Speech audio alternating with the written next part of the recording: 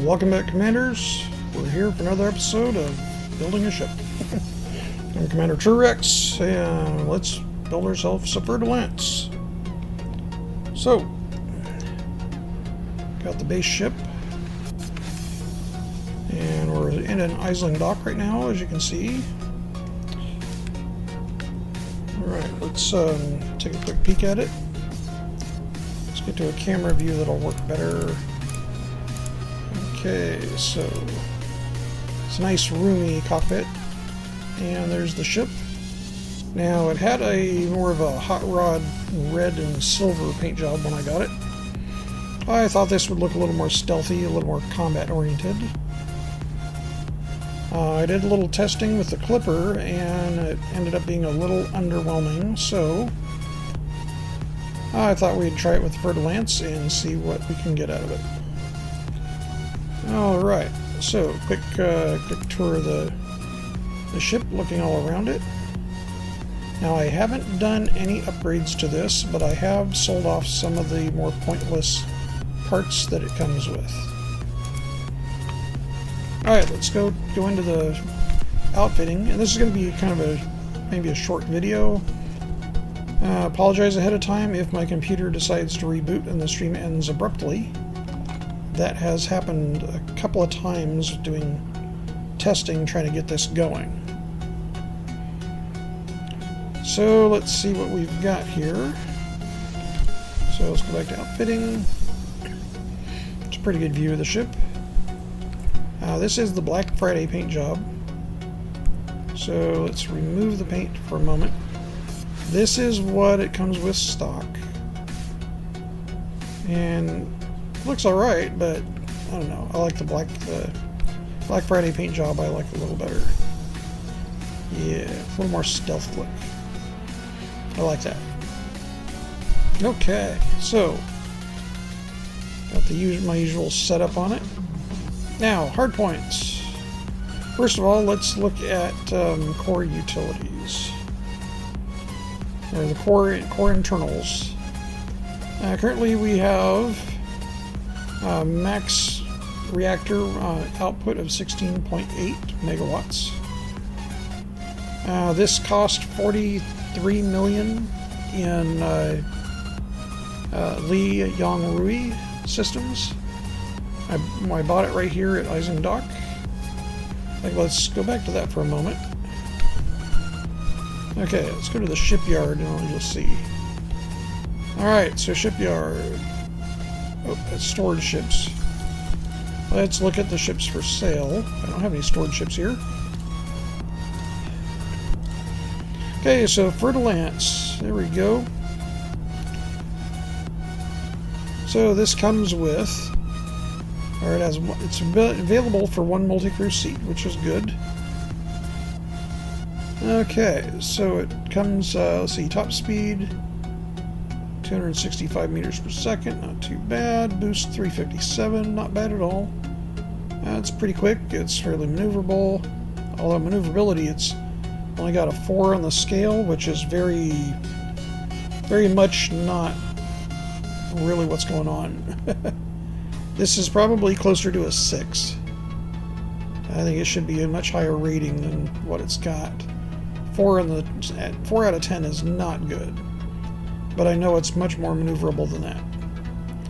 Okay, so we've also got FSD range 6.28 laden and 6.5 unladen. Not exactly impressive. Shields 271, armor 400, hull mass 250, cargo capacity 24. The reason why that's red is, or at least that's orange right now, is because I've stripped out most of the cargo out of it because I'm building this more for combat. It's not going to be a cargo runner. It comes with 2 1F pulse lasers. It comes with a basic discovery scanner, 16-ton cargo rack, an 8-ton cargo rack, 4E shield generator, 1 planetary approach suite, 1C lightweight alloy body, or its bulkheads. That comes with a 6E power plant. I hate that it refreshes like that and takes you out of what you're looking for. 6E power plant, 5E thrusters, 4E frame shift drive, 4E life support, 6E power distributor, 4E sensors, and a 3C fuel tank. So it doesn't have much for fuel either. That's okay. It's not going to be for traveling or exploration. Okay, so let's back out of that. Let's go back to outfitting. So now that we know what it comes with, let's look at what I did. Alright, so we have no weapons, and we're not going to do those yet. Utility mount. There is nothing in the utility mounts. Core internals. We still have lightweight. We still have the basics. This is all the standard stuff it comes with. Alright, so let's change this. So we got 68 million to work with at the moment. And I've got a lot of parts. That's not enough to actually do an entire build the way this should be, but I've got enough to at least get most of it done. Alright, so we're going to start by going first with military grade. And this is going to take a big chunk of our money here. I want the military grade composite because it has much better capacity for taking abuse. Alright, power plant. Let's increase our power. This is also going to make our jump range go down further and further and further. And our buyback is going to keep going up. So, as you look here, we've got the option of doing a 6B here. Well, I have some modules stored that we are going to use. So, oops, let me go back to core. Let's go to transfer options, and we're going to transfer. And we're going to drop in a 6A. Alright. Well, then we'll go and sell the parts that we stripped off of it. Thrusters. Size 5 thrusters. I do believe we've got some in storage. Oop. I didn't want it stored. I wanted to transfer. I got 5A thrusters available, so let's transfer those. And I want to sell the other ones. Well, like I said, we'll go back and we'll sell everything off later. So we got 6A power, 6A thrusters. That takes up to 25.2 megawatts. This will all be very important when we get to shields and weapons. Okay, life support. I do believe... Yeah, we don't have... Let's see, so we don't have anything for life support, but we definitely want to upgrade that. I'm going to go ahead and upgrade that to a B right now. Wish they had A because it would be a little lighter weight and give more time. But B is what we've got available. We'll take B. Alright, 6E power distributor. Do you believe? Yes, we do have a 6A. That'll recharge our weapons a lot faster. Sensors. I usually don't upgrade these much. I'm going to go to the D sensors because those are lighter. And it really, I haven't noticed a big difference on the scan range. So we're going to exchange those. And fuel tank, we're kind of stuck with capacity at 8 tons. Alright, so we've gone through and we've replaced everything in here. So now we've got military composite bulkheads. We've got a 6A power. This has not been engineered yet. We've got 5A thrusters. Still has not been... None of these parts have been engineered yet. We got a 4E frame shift drive. Let's replace that with one that has been engineered. And because right now we're down to 5 light years, 5.5 light years. We're not doing very good. Oh, we got 6. Okay, so we're not doing very good with that. So let's do a frame shift drive that's going to give us a little more. 20, that's a bit better. Let's transfer that to the ship. Okay, so now we've got 20.32 maximum jump range. That's much better than like 5.5, 6, 6.5. Yeah, so we're going to go with that. Okay, so we got all the build out. I apologize also if I sound a little stuffy. I am stuffy today. Don't know why, but like half my sinuses are completely stuffed up. The wonder of allergies. That's not helping. Anyway, optionals. Optional, open up. Okay, this came with cargo, and I got rid of the cargo. I put a docking computer in it because why not? Planetary scan. Yep, that's fine. Okay, so I want a scanner. I got a fuel scoop in here right now. That's so I can get it back to where I'm going to use it at. It's not going to stay there for combat. Let's do the advanced scanner. Transfer. Alright, the fuel scoop can stay there, but I think I'm going to move it. For the moment, let's move it up one.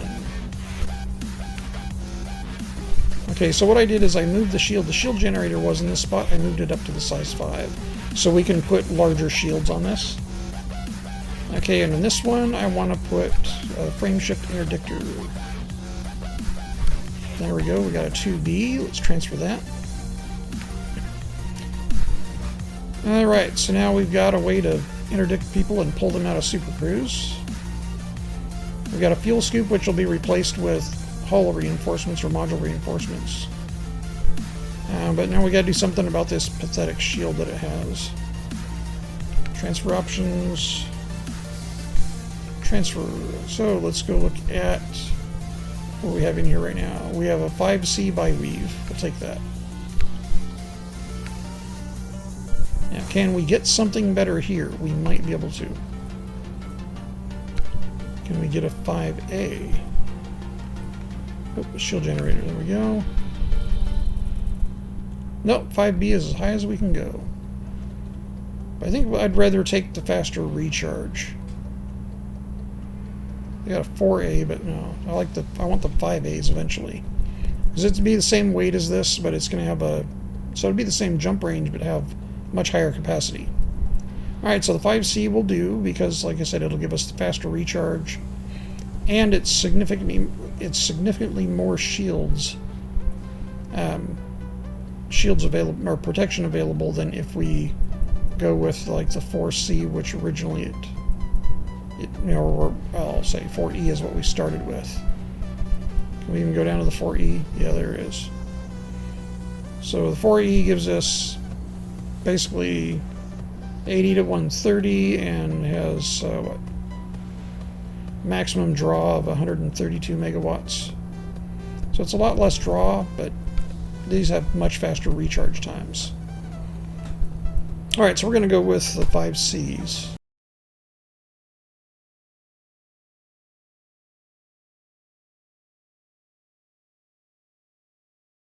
Pretty much our optional setup. Now let's look at weapons. Hard points. Size 4. Well, I purchased this earlier. I'm going to go ahead and put the 4A beam laser. That should deplete everything quite quickly. Let's transfer that in there.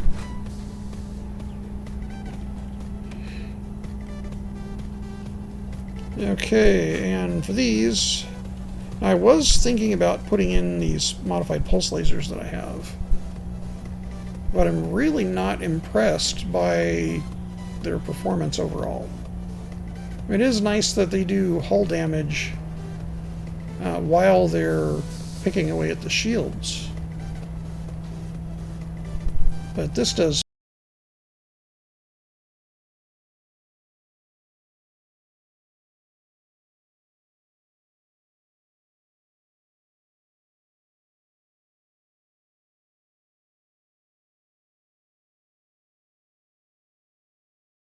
It's going to be appropriate that I put some multi-cannons on it. So I think let's try this. Instead of using the pulse lasers, let's try a seeker missile launcher, and let's see if we can get multi-cannons that will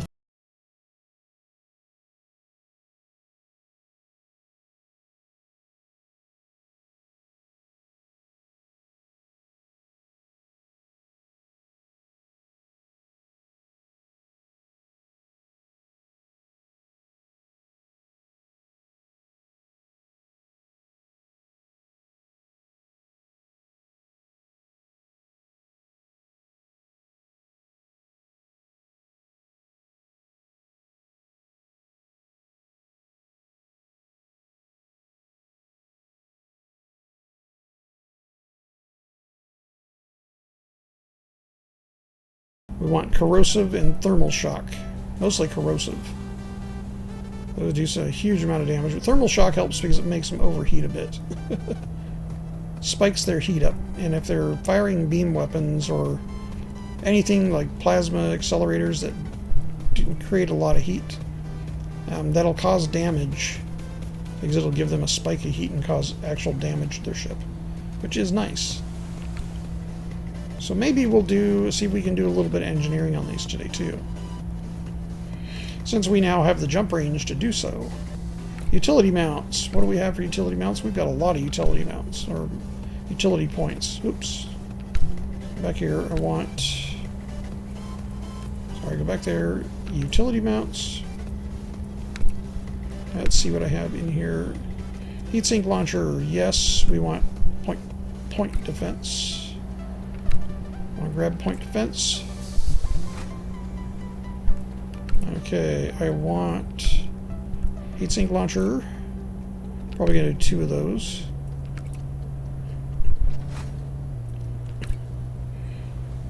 Let's see. Kill warrant scanner, absolutely. This is going to be my bounty hunter.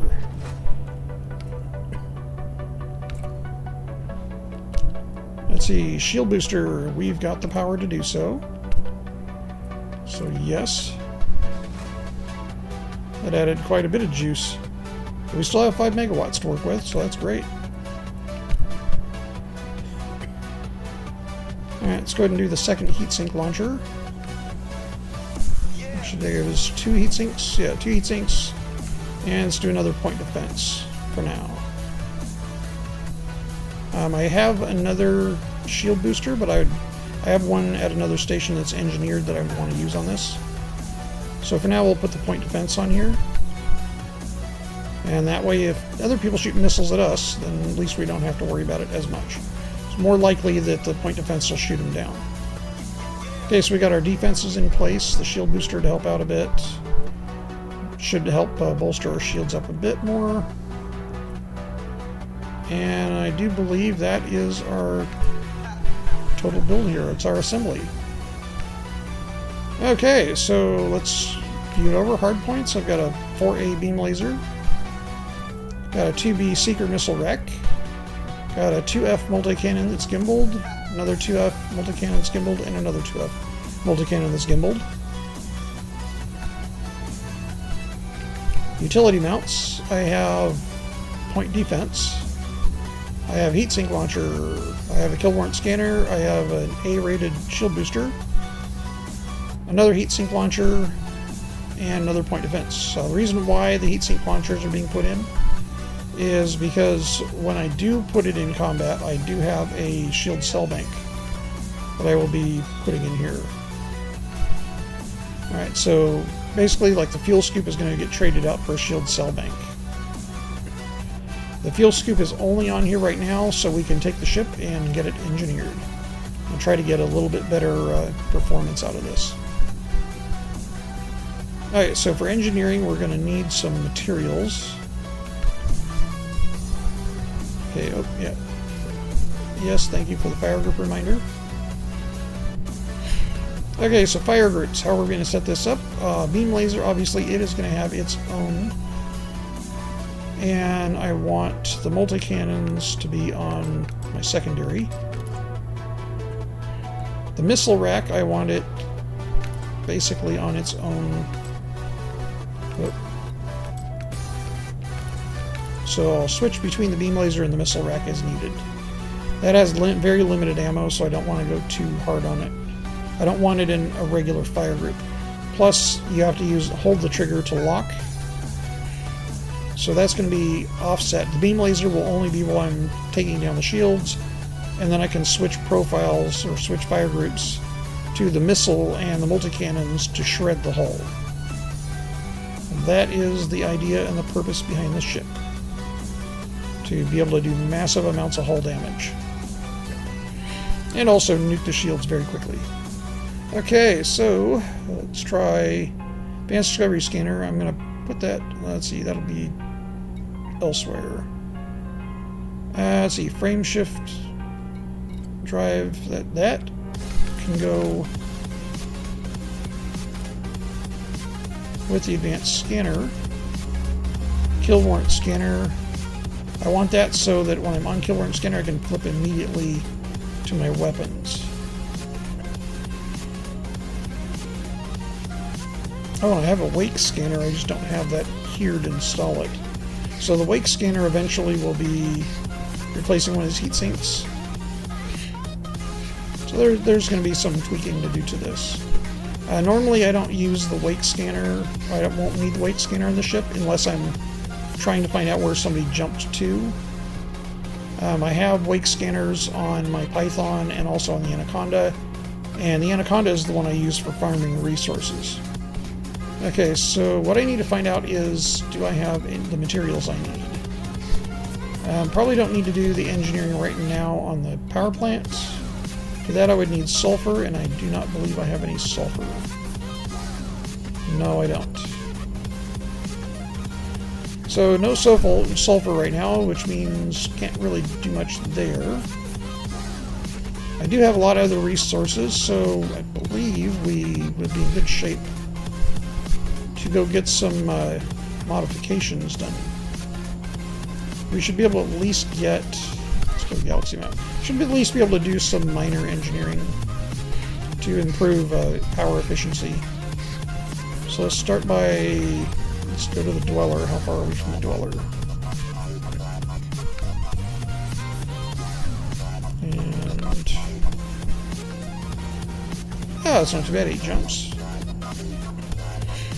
Okay, what do I have left before we take off for the Dweller? Oh, gotta fill up the missile rack. Okay, so what do we have left here at the station? So I've got a stack of parts still here. And these are all going to be sent back to a different station because they're all off of the Vulture and off of a few other ships. I had 2 ships that I sold, the Vulture, and I sold the Clipper. So I could, that way I could put the money into this. We've got a couple of things we're going to end up selling. These pulse lasers I don't want to sell because I do have another purpose for those. But these unmodified, like the shield generator, let's sell that. It's not going to be a lot of money, but better than having to do this later. 4 E-frame shift drive, don't care. 5 E thrusters, I really don't want. None of these have any purpose. If I buy another ship that has these sizes, it'll already come with them. Let's get rid of those. The hull reinforcement and the life support module. Let's see, this I'm pretty sure I can get rid of. Yeah, I don't have anything that would benefit from that. Let's get rid of that power plant. I do not need another 6E power plant. Let's see, distributor. Interesting, I've got 5A life support and 5A power distributor. Why are those in here? Let's see. So distributor, power distributor is because I needed a size 6. And this doesn't have any modifications on it. Nor does that. Yeah, let's go ahead and sell both of these because won't cost that much to rebuy them.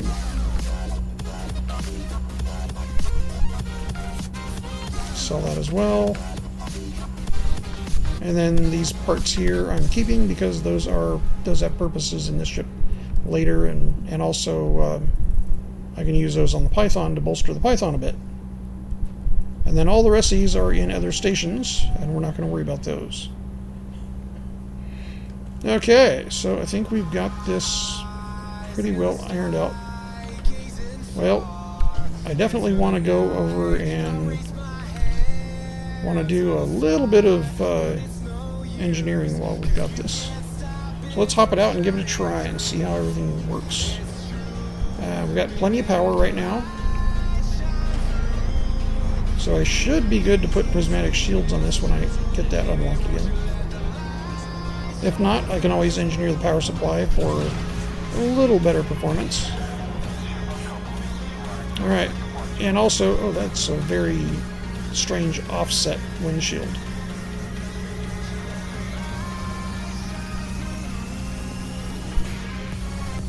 Okay, so that's kind of our center of the screen there. Now, this is the first time I've flown this. I've never flown this ship before.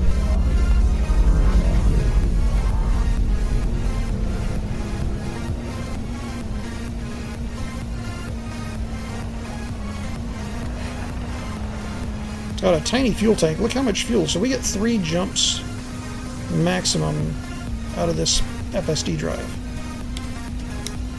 Okay, let's quit flying like a noob and let's put the landing gear up. Okay, we got nobody in the way.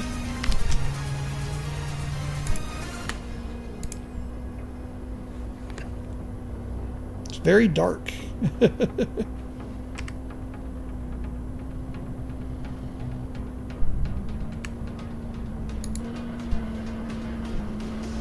Very dark. It's just a shadow in space. It's kind of what I was going for.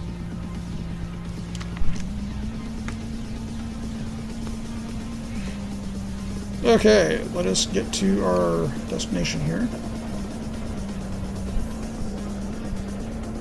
Where's our jump?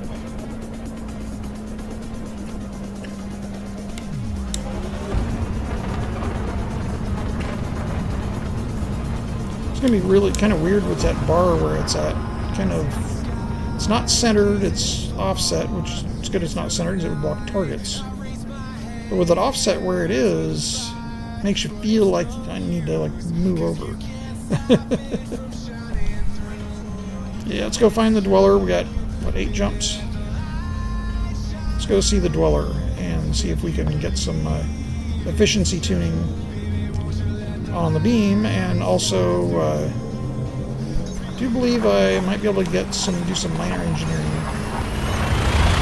maybe grade 3 engineering with the materials that I currently have for the multi-cannons. I don't have the missile technician unlocked yet. That would be a lot of fun. And we need fuel. Badly do we need fuel. This is a ship that you do not skip a chance to get fuel if you can. Otherwise, you're going to be calling the fuel rats very quickly. Now, once I get this back to my home base, I'll be able to take it and change this fuel scoop out for module reinforcement. And that'll make it a lot more tanky and get better protection, and that's when it'll go into combat. Okay, let's get out of the refueling range.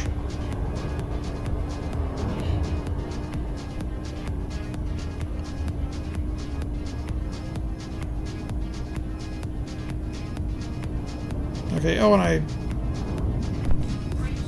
should have gone a little more into the detail on that, on the frameshift drive, which when we get to black, I think it's black hide, I do believe, for the dweller. Yeah, we'll look at the details on that modification. So basically, the frameshift drive was engineered with a grade 5 for maximum range.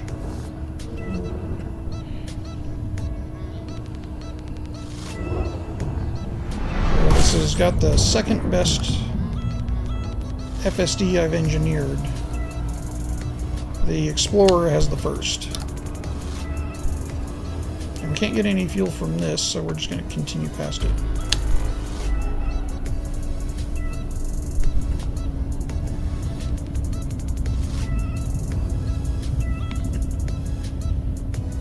Now, the planetary or the system scanner is important in this ship because there are missions where to find certain targets I need the scanner.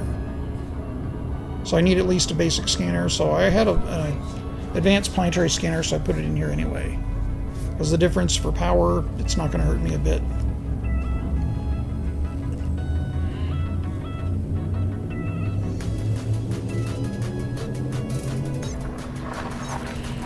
Okay, so this next star needs to have fuel or we are in possible trouble.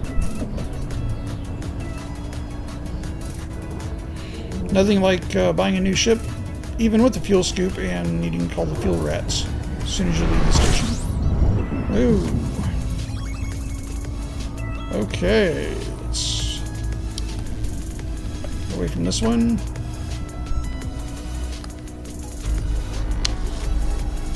What is the next class of star? Well, it is within our jump range. That's good.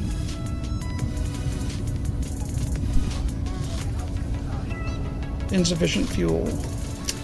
Yeah, that's a problem. Okay, so what do we do now? Well, let's go to our galaxy map. We need to find ourselves stars that fit within what we're looking for. We want this one. Okay, so we don't want by allegiance, we want, let's see, by star class. Yeah, that changes our routes. That's why I didn't have my refuelable stars.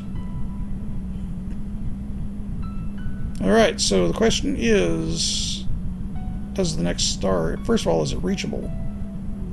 And it looks like it's not.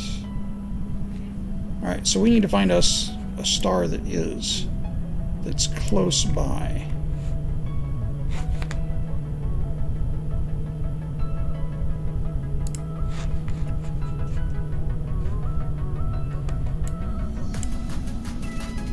What do we have here?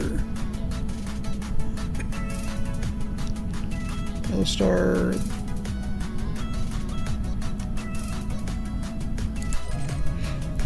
Yeah, let's see if we can get fuel. That's close enough.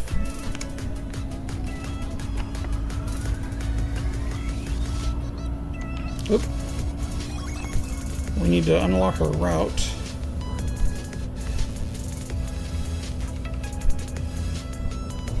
Oh, route is already unlocked. Okay, why is it saying 16?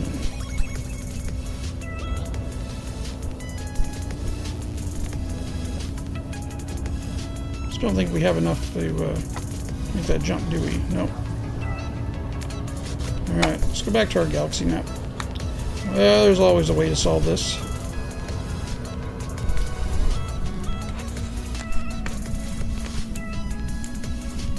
Let's route to that. There we go. That should have changed our route and dropped our distance significantly. Right. Well, it's going to say insufficient fuel. Alright, come on, galaxy map. Don't do this to us.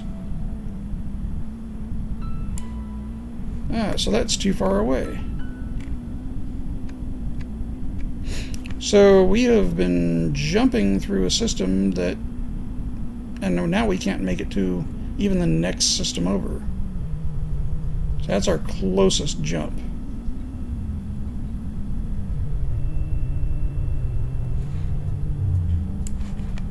That's where we just started from. And there really is no way to overcome this. We need 16 light years in jump range. So we are stuck, and our only option at this point, because we can't make that jump, is to ask for some help. So this is actually a good opportunity to show how this works, although it might take a couple hours to get help. Alright, so what we want to do is we need to know what system we are in. And we want to do the closest to where we're at. That's a single name. Okay, so the system we're in is Fer-De-Shredder sector. That's not going to work because it's more than one word. When somebody searches the galaxy map, they need the closest one-word location to where we're at. Well, this one we're trying to jump to, Slotar. that's the word, that's the name we're going to have to give them, because that is the closest to where we're at that has a single word name.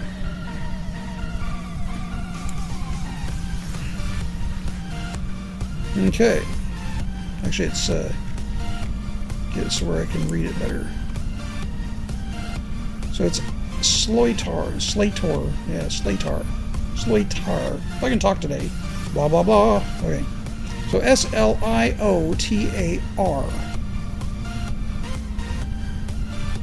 Alright, so that's the name that we need to report. Okay, so how do we do this? Alright, let me make a quick adjustment to OBS so you can see my dashboard.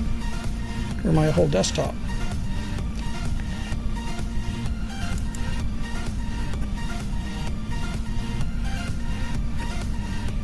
Okay, so now we'll just get OBS out of the way so you don't see OBS Inception.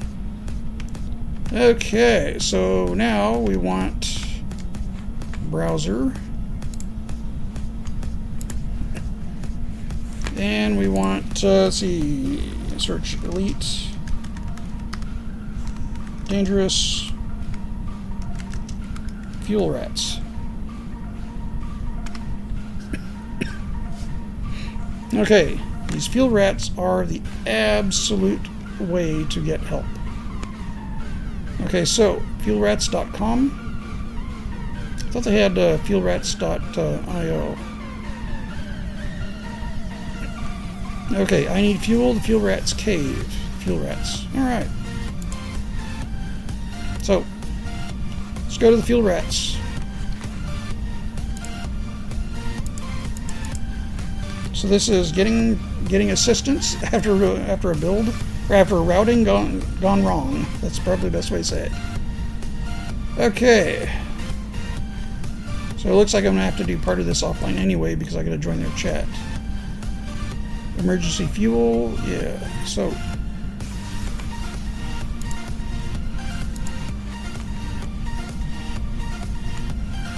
okay, so what we need to cover here.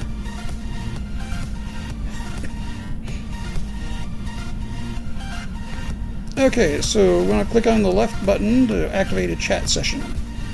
Type in your commander name and game tag, and if you play on Xbox system or another, or you run PC, basically.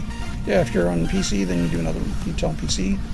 Okay, so if you're in an emergency, alright, so the first thing we need to do, first of all, is we're burning fuel. Yeah, so the first thing I want to do is I want to go back to my game.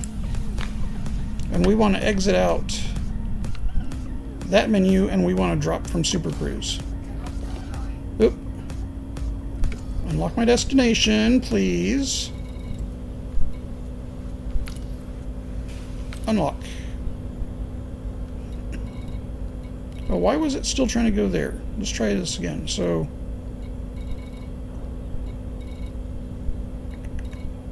the closest, nope. Closest star to us.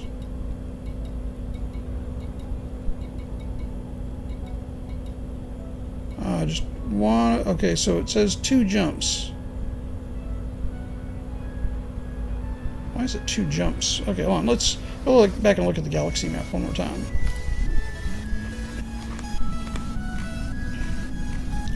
It's probably because I have.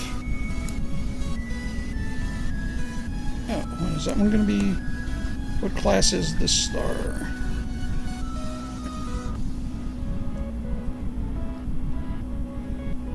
A white, yellow...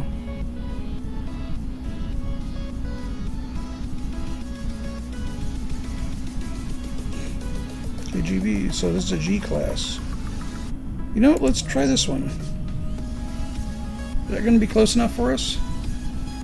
That should be close enough. Okay, this may not be a fuel rats moment yet.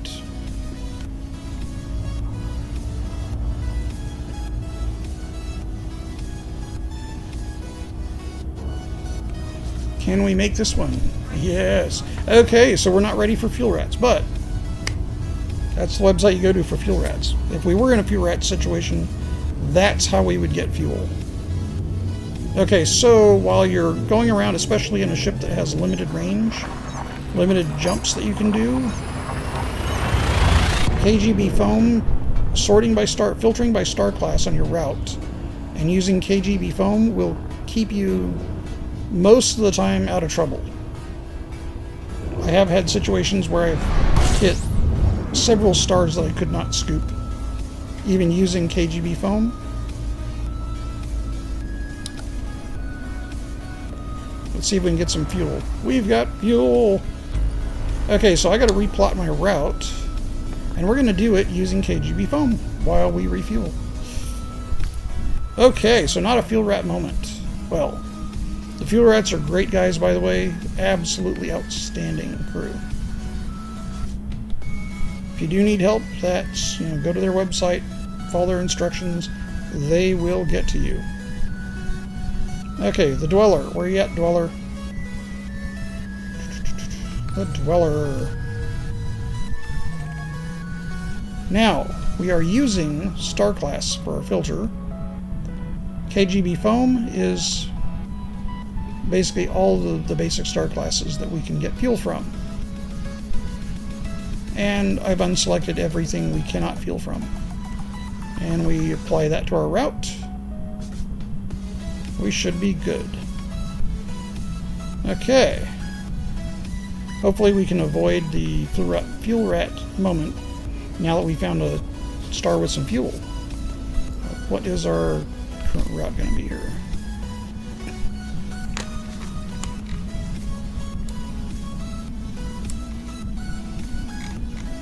Here we go, get it cleared up a little. Come on. Why can't I see the... There it is. Okay, that's an M series, so that'll be fuelable. Okay, so we can go... See, this is all we can go right here. We can go literally like 3 jumps. 3 jumps and we're out of fuel. So hopefully all of these have fuel. And that's what I'm checking. Now, KGB foam, the filter should... That route filter should get us classes that we can scoop on every one of them. And DP Draconis, and then to Wired. And then Wired is where the Dweller is at. Alright, I think we are good. And now we have full fuel again. Okay. Fuel rats avoided. Fuel rat embarrassment avoided. Now, don't be embarrassed if you do have to call the fuel rats. They are there to help, and they are a great organization.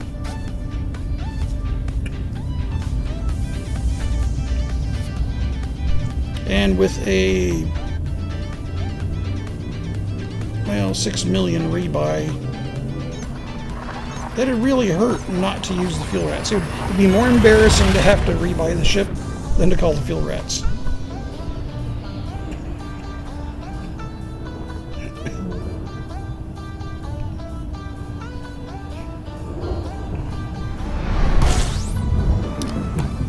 This should also be fuel.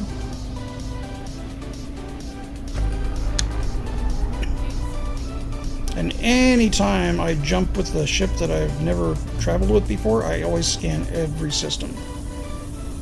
Unless I've been to that system over and over, I always scan the system. It's worth picking up the extra scan data because you can get some extra cash. It's a great way, especially if you're starting out in the game, to get money.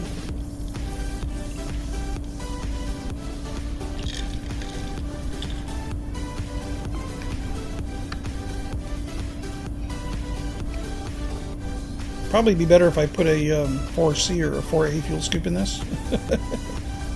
Spend less time fueling. I could get a little more. Just want to watch the heat. It's fairly low now, which is good. With the A-rated power supply in it, it should handle very well.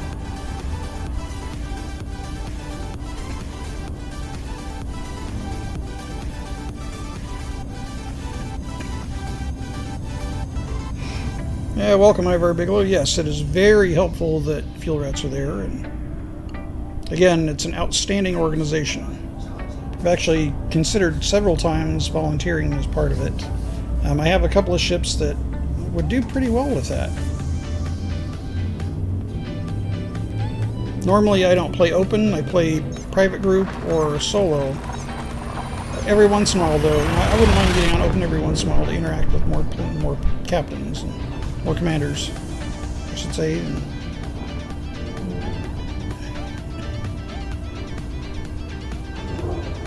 I definitely need to build my money back up though, since I built this and a couple other expenses I've put out to get some of my other ships upgraded some more.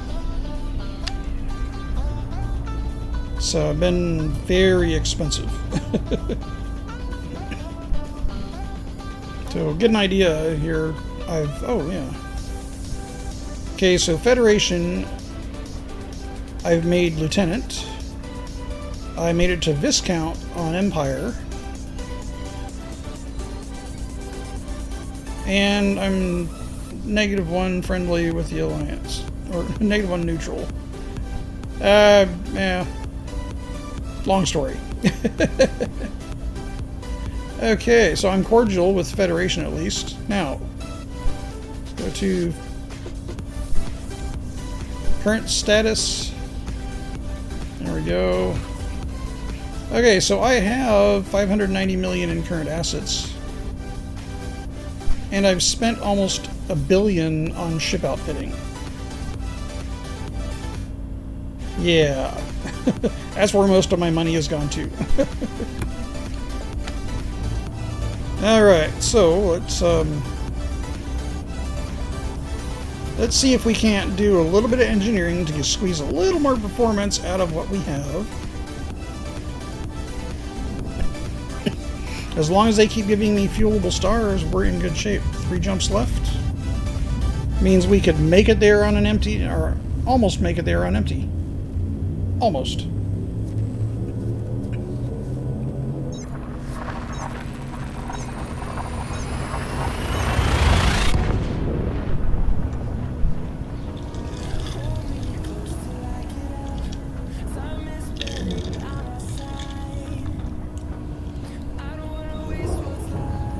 Now, when you have a ship with low jump range, sometimes it's also better to choose the economy route.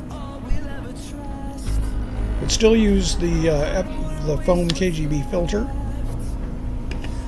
However, that might cause conflicts when you're going to some outposts. I've seen some outposts that actually have non-fuelable stars, like brown dwarfs.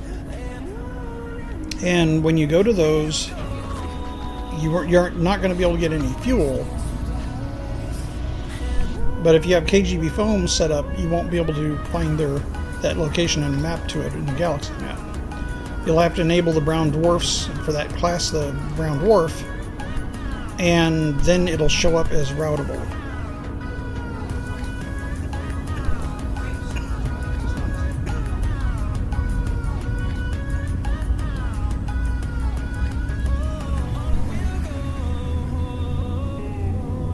The 5A frameshift drive takes so long to spool up, especially when you've got it modified for extended jump range.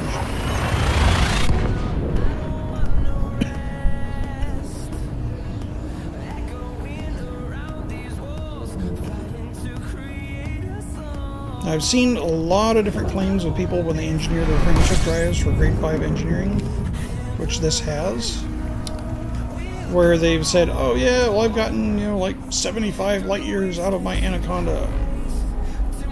Okay, to do that, you need to strip it of all defensive components, all weapons, all utility mounts, lightweight alloy,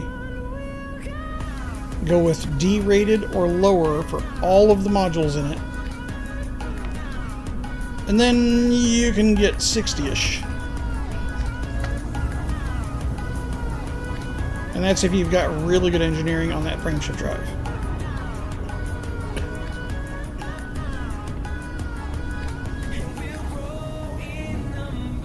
Now, being this came standard with 8,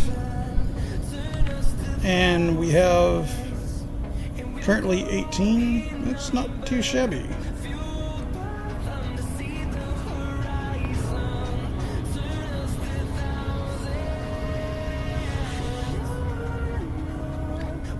Oh, wait, you know what? This frame shift drive, that's right. This one isn't modified. Never mind. We have not done that yet. I'll have to look at it when we get here and land. We'll check it out. We got to look at our components. I thought this did have a modified frame shift, but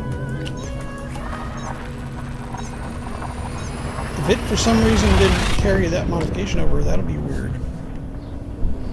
I have seen that with a couple of modules though, when I swap it over with the same size and same grade of module, that sometimes the game will say that it didn't move the one with the mods or the engineered component. Oh, black hide, that's where we're going. Yeah, let's top off some fuel anyway before we go. Good thing is it's close. It is a planetary landing, so it does require horizons.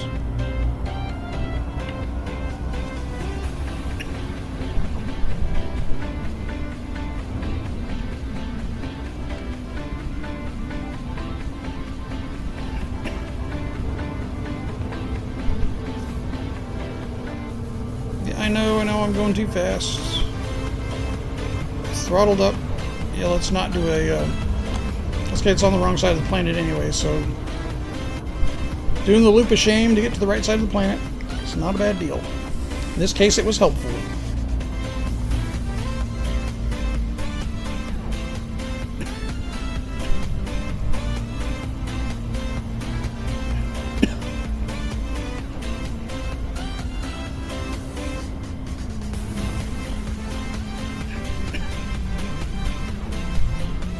Whoever's calling me can go to voicemail right now because I don't answer the phone while I'm streaming live or while I'm recording.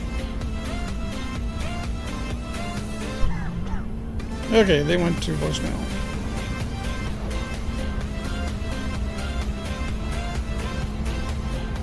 Funny story, this song has that coughing in it. And I had one of my friends that I was talking to on Discord one night heard the cough, and he said, "Are you okay?" That was good timing. Like, what do you mean? He said, "Well, you coughed right in the pause of the music." I said, "No. Listen to the song again." So he listened to it again with me muted, and he still heard the cough. He's like, "Oh, it's in the song." I said, "Yeah." So it's not actually me. Although I do get that kind of cough, because it's more like allergy cough. No, I don't smoke, so don't worry about that. Not against it, just don't want it. I don't want that. Don't want to do it. Nothing good came out of it for anybody I know, so.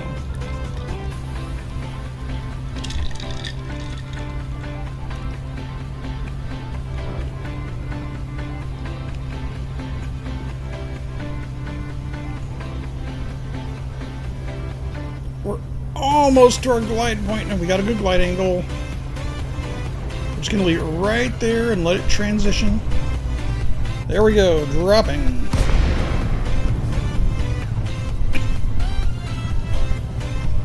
I have no idea if I have all the materials I need for this right now. I know I've got a lot of materials, but I don't recall if I've got what I need specifically for these mods or these components.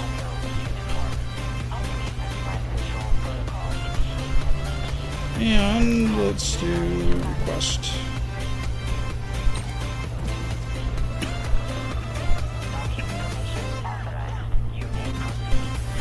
See, there's that cough again. And that wasn't me.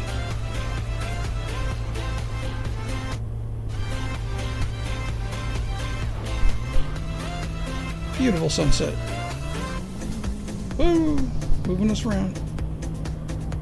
Now see, we wouldn't be able to enjoy that beautiful view if it wasn't for the wonder of the docking computer. It's just gorgeous. And that, the skyline, absolutely gorgeous.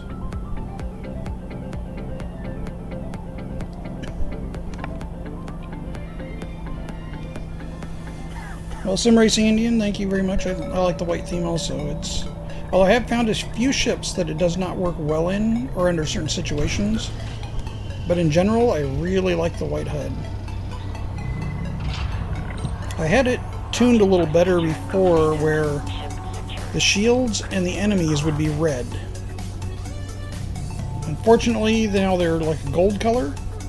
Everything that's red is actually like a gold color now.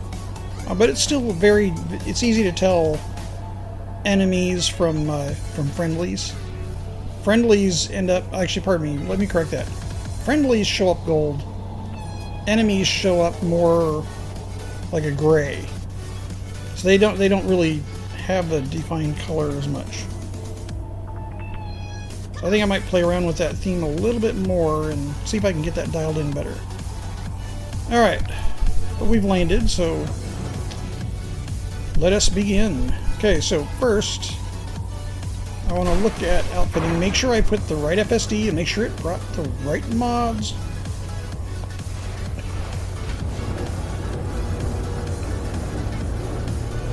Of course, if this isn't the right FSD, then we're going to have even worse fuel management. We'll only be able to get to maybe one jump, possibly two, but I'm pretty sure this one is the modded core, or the modded drive. Frameshift drive, yeah, it's modified. Let's look at the modification. Yep, grade 5.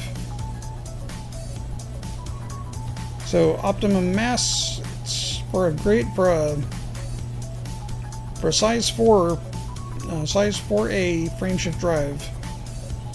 This is about the best I could roll on it. The last time I squeezed, you know, I got like almost maximum optimal mass, and every roll I did after that just sucked. Okay, so what we're here to do is see if we can improve. Let's go to the workshop, or beam laser. Oh, we can do power distributor too. Okay, beam laser. Do we have what we need to any of the upgrades? So lightweight. No, I don't want long range. I want efficient. Actually, I have none of the materials I need for this. I need sulfur. But I do have what I need to overcharge, and we have the power for it. Ooh. Let's see what we can do with overcharging. Yep.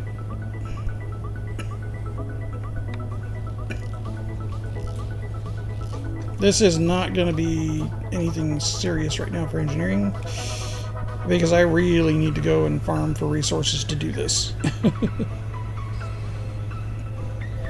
And I don't care about any secondary effect right now, because we're not rolling for high right now. We're just trying to get a little more damage. Do we have enough trag in? No, we don't. I used the only nickel I had.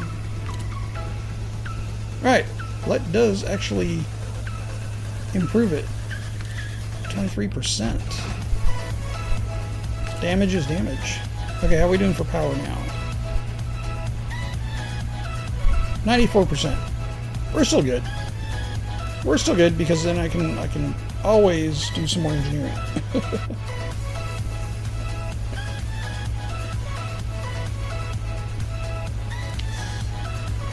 Sim Racing Indian, yes, it is. The game actually has changed quite a bit. Horizons really adds a lot more content. It still is just as grindy as ever, but it adds a ton of content. Oop, I don't want to pin that. I want to preview.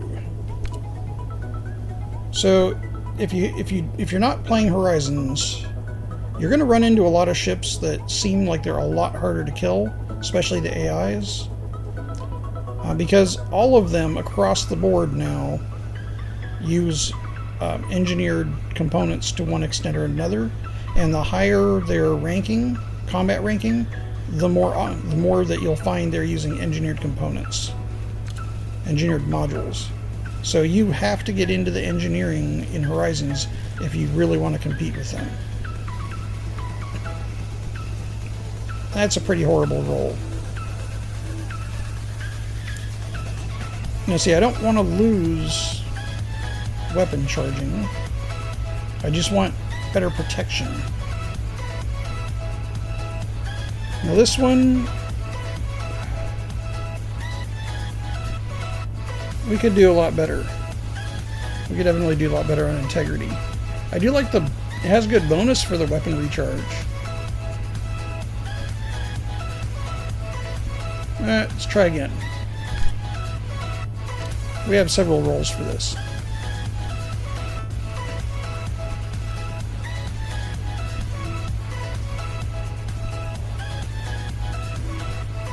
Secondary effect? No. Less power draw, that helps, but we could do better because that's only what, 25% better. More or less, I'm just looking for three or one decent roll out of the three, and that'll also raise up. Oh, that's better. 37% more integrity. System capacity. Yeah, I actually like that. Alright, we'll take that one. Plus that gives us access to grade 2.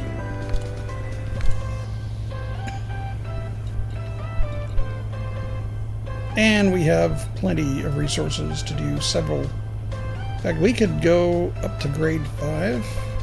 So let's do it. Cost. Okay, so yeah, we got several rolls on this. We need 3 rolls, but I'm going to keep the best one. If we get a really good one up front, I'm going to keep it. And then we'll do 2 more rolls we'll toss away, but if we get better, it's going to be an improvement. Ooh. Okay. Alright, so capacity went down a little bit. So we're down 5% total capacity, which will hurt the beam laser. But we're getting an additional 20% shielding.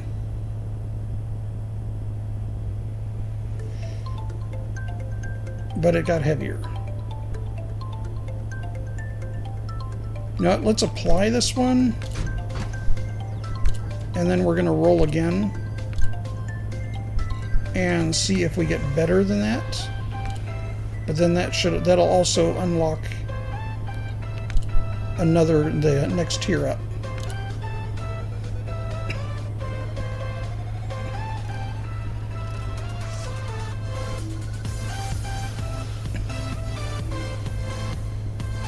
So that would have lowered the integrity, and our mass went down a little bit.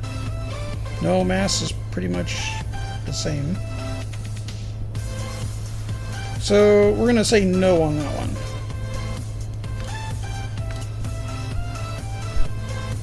Oh, we need one more roll. One more attempt on 2, grade 2. Come on, select it, thank you. Okay. So let's see if he can give us a better one. Maybe.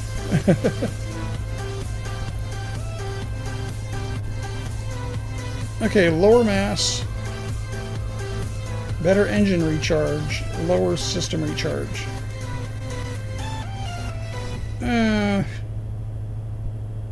No. No, thank you. Let's discard that one, but it doesn't matter if we discard it. We did the roll, we unlocked the next grade up. Alright, so now let's see if we can improve this, because we've got enough components, well, almost enough components to go up to grade 3. We can go up to grade 4. Anyone? Yep, we got enough. So we're going to get a grade 4 out of this. That'll help.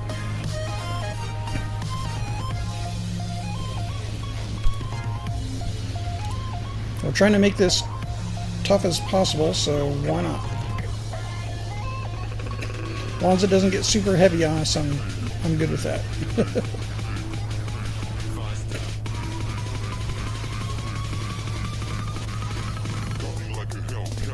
So everything is going to recharge faster, but it's going to drop the system capacity 5%. No, I'm not happy with that. I want to lose a lot less system capacity. In fact, I'd prefer to gain system capacity. So we're looking for better integrity, lower mass, this is ideal, and better capacity.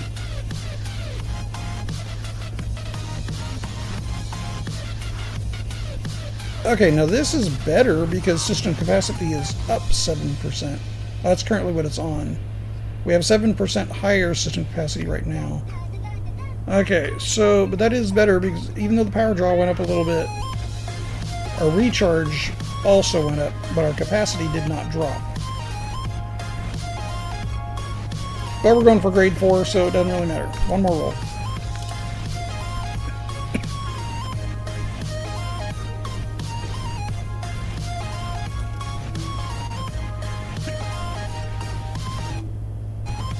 Okay, weapons capacity up. Yes, I like that. It's actually not a bad roll. Got an additional 4% integrity. Although it got a little heavier. But more weapons capacity, and it didn't affect the system capacity. I like that one. We'll go ahead and apply that. That also gives us that should be our third roll. Yeah, we got grade 4 open now. So anything that we get out of grade 4 should technically be an improvement. Technically. That doesn't always mean it is. Kind of like rolling a slot machine. You don't know what you're going to get. The dials spin around and all of a sudden, boom, there it goes. Alright, this is not off to a bad start. Lower mass. Better integrity. Lower power draw. Unfortunately, it lowers weapons capacity.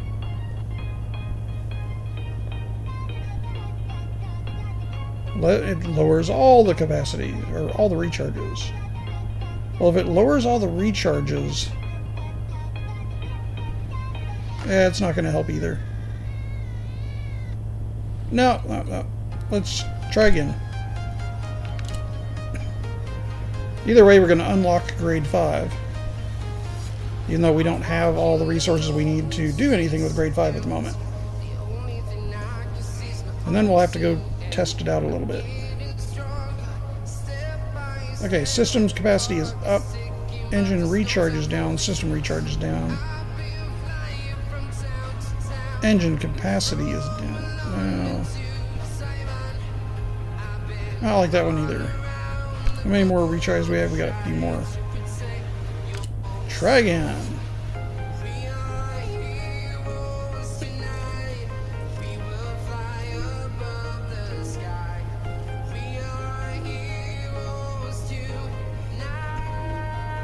Okay, better mass.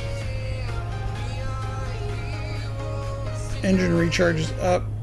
System recharge is up. Engine capacity is up. Power draw is down. But weapon recharge is down.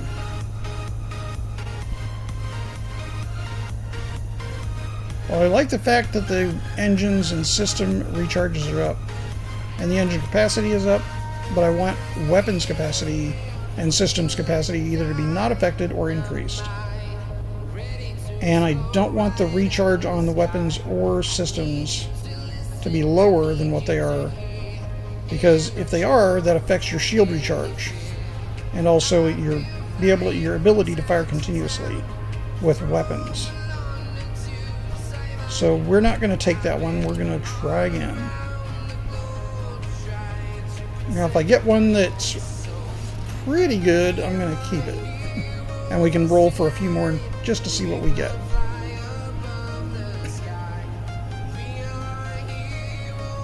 So this one has system capacity is down, but system recharges up, engine recharges up, and weapons recharges up. Okay, system capacity being down 2%, or what, 7%? I'm actually okay with that because the shields charge up off of the recharge rate more than the capacitor. So the actual system capacity can be a little lower as long as the weapons recharge and the system recharge itself is higher. I'm okay with that trade-off. Integrity, I'm not good with the fact that our integrity just got worse.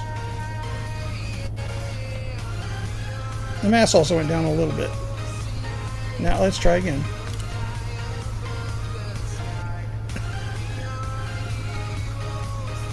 Unfortunately, the way this system is set up, you could end up with hundreds of rolls to get something that will really be beneficial.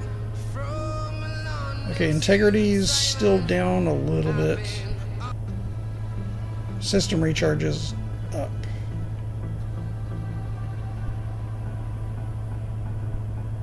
Now, let's try again. We got 3 more rolls. Let's hopefully we can get the best in one of these rolls. Okay, now so far this one's looking promising. Weapons recharge is down 7. No. Well, that'll be down 3% system recharge. Bummer, because I like the other stats on it. 2 more rolls. Can we get a winner here? Come on, Elite. Alright, 12% better integrity, 1% more mass. So that's maximum integrity. Although mass just got heavier. Ooh, and it doesn't affect capacity. I think that's our best one so far. Alright, let's apply this one. It's a little heavier, but I'm okay with that. And we don't have what we need to go grade 5, do we? Nope. And we only have enough for 1 more roll. Chances we're not going to get much better than what we have, if any. So I think I'm going to save that component. Yeah, until I get some tungsten. And I can do grade 5. And for beam lasers, I think we've pretty much tapped what we can do here. We don't have the resources. That's all it comes down to. I do not have the resources to do anything more with the beams. Okay, so we got the beams up to a grade 3 efficiency. Or no, overcharge, pardon me. We got the distributor to grade 4. Alright, did we get the beams? Is it grade 3? No. Oh, never mind. Beams are grade 1 overcharged. Okay, let's get that straightened out. Alright, so other than that, outfitting, what do we have here? I think it might be, we might need to go out and do some testing here. Okay, so we haven't, no, we got a mod there. We don't have what we need to unlock to mod the weapon or the missiles, but our multi-cannons need a little TLC. For internals, we've got our power distributor and our frameshift drive modded. Power plant, not yet, but we still have room to work with on that. And to those people that have joined recently to the stream, thank you for joining. Let me know if there's anything I can do better on this. Okay, so we're going to go ahead and call this good there. Top off our fuel because it is a power-hungry FSD, or a fuel-hungry FSD. We need to find ourselves, and we are using KGB foam on this filter again. Right there, star filters, yep. Filtering by star class. Alright, bookmarks. And as you unlock these engineers, it will automatically add these bookmarks in for you. Okay, so we want Todd the Blaster. Where you at, Todd? Todd the Blaster, there we go. 75, that's not very bad. I mean, it's a long way for this little ship.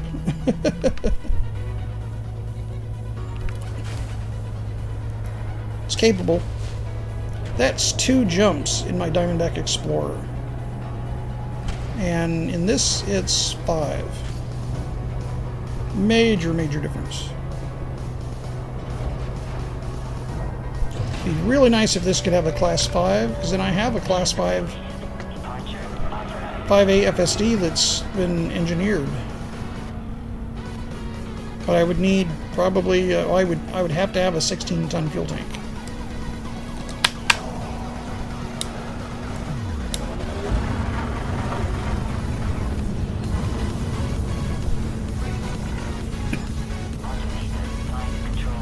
And off we go. Let's find our, we might be able to jump. Yeah, we can jump. Maybe we'll make it. Scrape across the surface. I always wondered just how much noise something like that would actually make. Would it be something that you would want to be completely out of orbital flight before it happened? Would that kind of jump technology, you know, cause the moon to cave in on itself like a black hole? I don't know. Alright, the slow, painful process of moving this ship between star systems.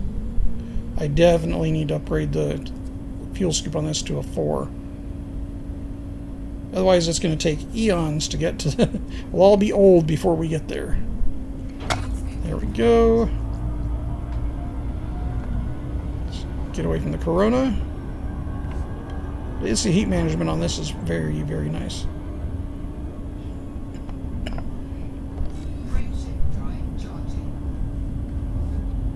Now, we don't have any contacts here, do we? Oh yeah, there are. Yeah. The way this game works, as soon as I engineer the multi-cannons, when we're leaving that system, we'll probably get interdicted or attacked. And it'll be just a pirate, AI pirate, that's trolling me.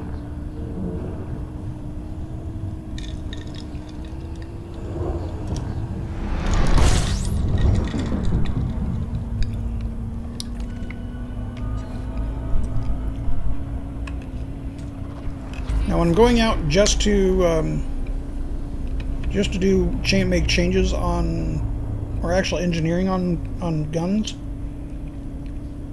pardon me, on weapons, I usually just put it on the Anaconda, and I use the Anaconda to go and get the supplies I need, do the grind, do the farming.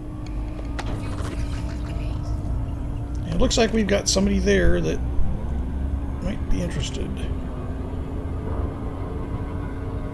They are going to try to interdict us. It appears. Well, maybe not. They looked like they were going to try, but I think they turned around. Well, that's security. They're just checking to see if we have a warrant. We're hostile, so I wouldn't be surprised if they were going to interdict us. But no, he's just checking to see if we were wanted.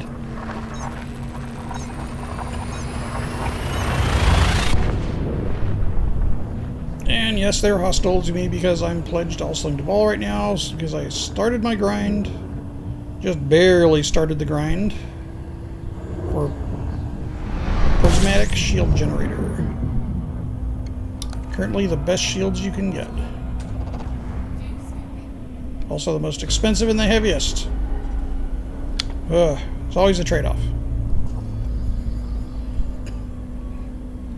Although I only have 90 merits, I need to get 750 and maintain 750. Now, by the end of this week, I have to have the 750, which, that's part of the reason I'm building this ship. Grinding merits. If you attack a courier, federal courier, or a federal agent in a federally controlled system, you have about 10 to 15 seconds to kill it before it calls for help. You have about 25 seconds to kill it before that help arrives. The Vulture, even though it's very, very maneuverable, and it does great in combat zones, when it's six to seven ships against one, that doesn't work out so well. When you're in a Python, you can tank the shots a little more effectively. But unless you have prismatic shields on that Python, when your shields run out, your armor very quickly gets whittled away. And you can't outmaneuver the smaller ships with the Python. So that's part of the reason why I've decided to build this ship, is because it's a lot more maneuverable than the Python. And it basically has similar firepower. I mean, the Python, it does have 3 large points, hard points on it, and 2 mediums. So it's pretty close. I mean, this does slightly more damage per second with the same weapons as a Python. Just slightly more. But the Python has better weapons capacity, so if you wanted to, with a 6A reactor, actually it's a 7A reactor, you have to put a size 7 reactor inside the Python to get the power delivery for that. You could put all beam lasers in all 5 of the hard points on the Python.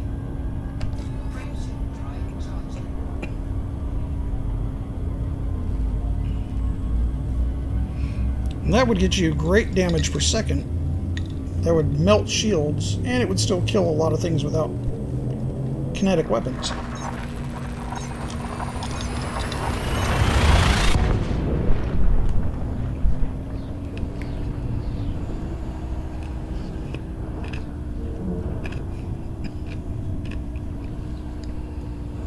Okay, hopefully I have what I need to do, at least a moderate amount of engineering for the weapons. I have arsenic. I don't have any more nickel, and I don't think I need that for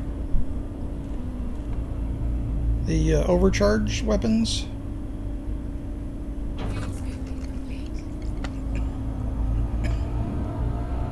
But the main goal is to get at least 2 of them set up with corrosive rounds.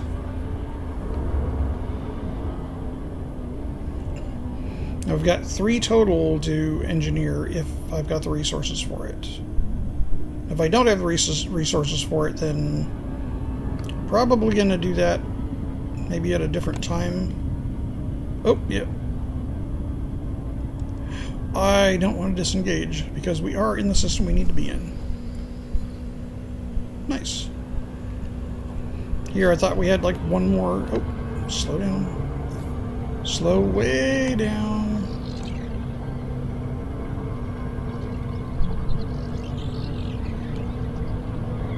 Oh, come on. Right now, I'd rather crash into the planet. Now we're on the wrong side. Okay, throttled up too long as I was departing the fuel scooping.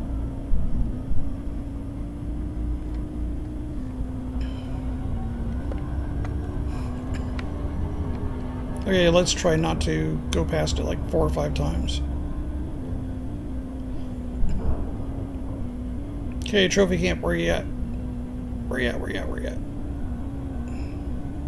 Are you on this side, or are you actually on the other side of the planet?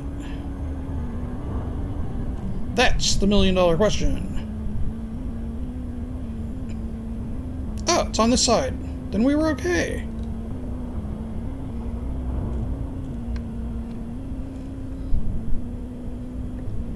Okay, I'm going to go this way towards the center of the planet so that we can do a little better approach and we can actually get a glide path out of it. If you come in too steep, you can't do the glide. If you come in too shallow, you can't do the glide, or you'll stop gliding 30 to 60 kilometers away or further.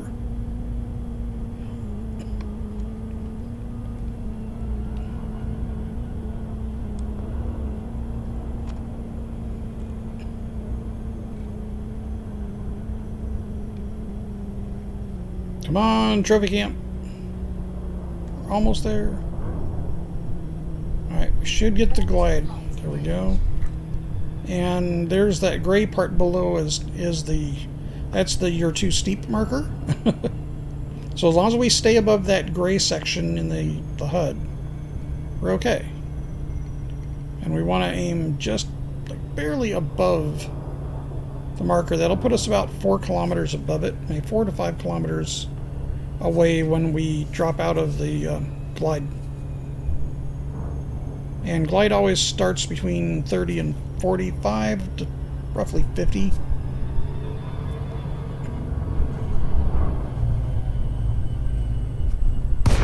that's about, yeah, so we just started glide there. We were, what, 36 to 37 kilometers off the surface. And here we are, 4 kilometers away.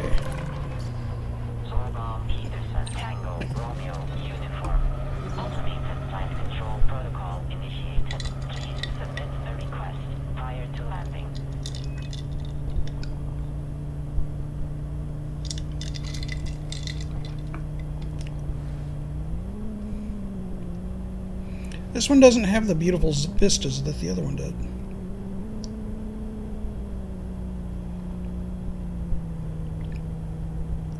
Got an empty seat over there. So we're sitting in the center front, right? No, we're on the side. So this is opposite the Python. The Python, you're basically sitting over there.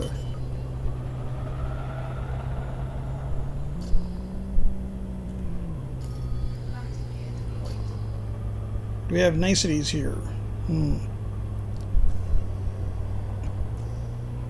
No cup holders, no coffee maker. And this is supposed to be kind of a luxury model. Huh. Well. Maybe something overhead? No. Got a lot of windows. A lot of windows.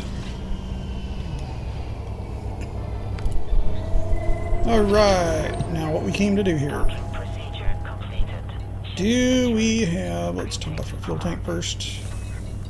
Do we have what we need to get our multicannons slightly upgraded?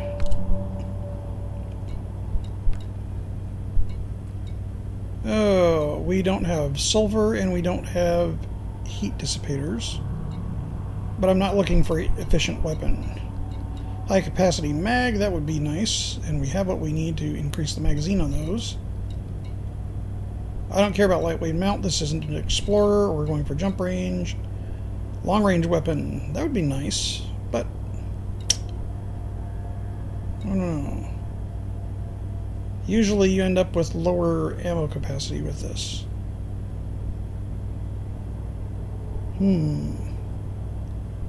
And I think also the damage goes down.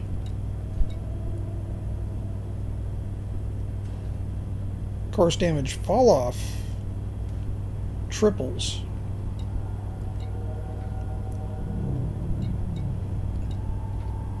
Okay, so we've got enough resources to do that.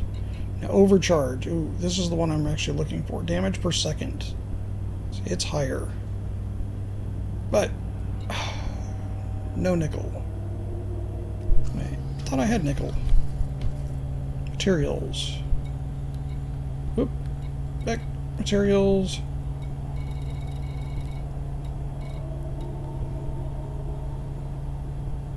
Okay. I don't have nickel. Bummer. Okay, so we can't do overcharge, but we can do long range. Rapid fire. That means more damage per second.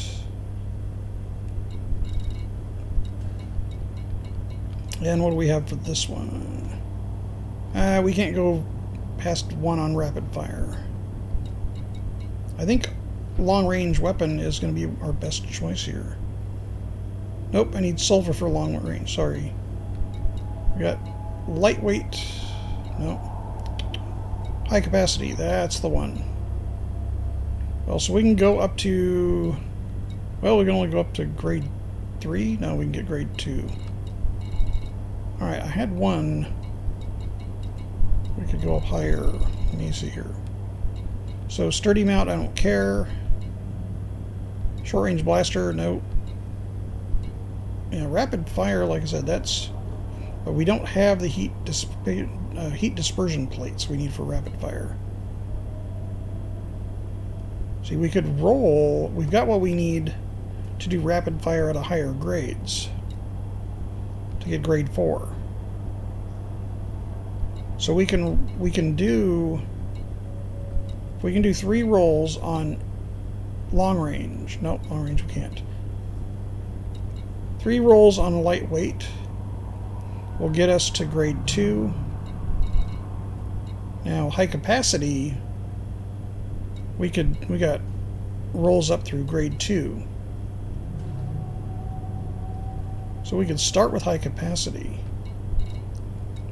Yeah, let's do that. So let's start with high capacity. So we need to bring the capacity, all 3 of them up, and then we'll see if we can do overcharge or long range with the resources we have for those.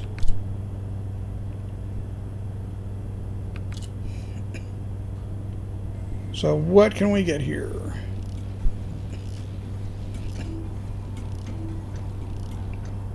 Almost 50% more ammo. That's always helpful. Ammo maximum at 51%. Good.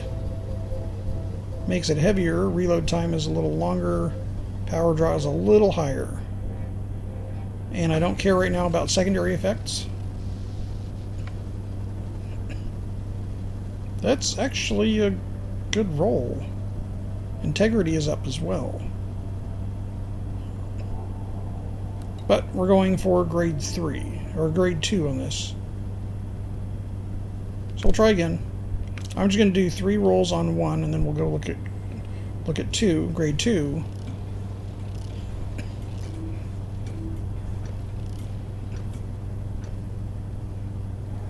Because then we have 3 guns we've got to upgrade to grade 2s.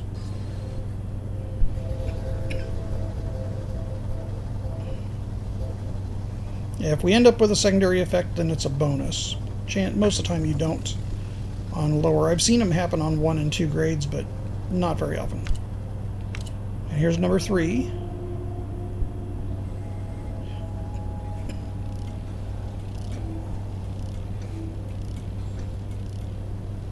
And then putting the 3, or upgrading a high capacity mag to 3 of the multicannons. It's like this one's pathetic compared to the first one we did.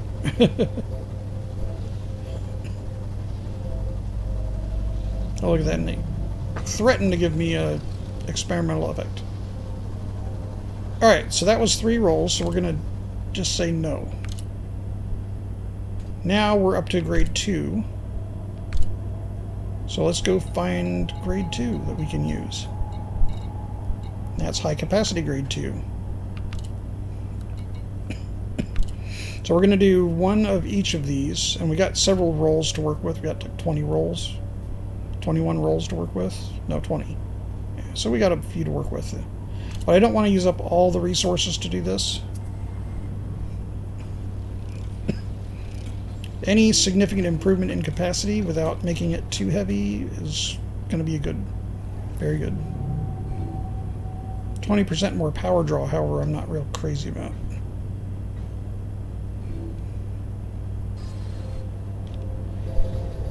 Oh, distributor draw 20% less, that's good.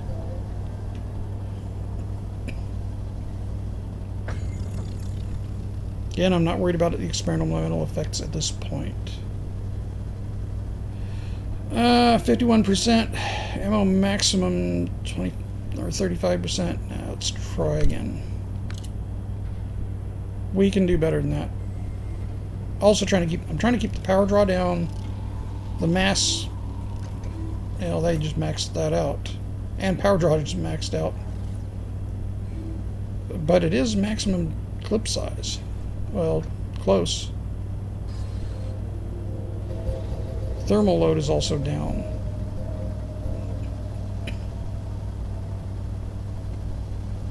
As long as we don't end up with maximum power draw on all of them, because right now, like I said, we're at what, 94%. I'm going to apply that to one of these. We have two others. High capacity. So let's see what we can do for these two. Hopefully we won't end up with maximum power draw on all of them. One's a little better, but not much. Reload time is a little faster, but the clip size isn't quite as big.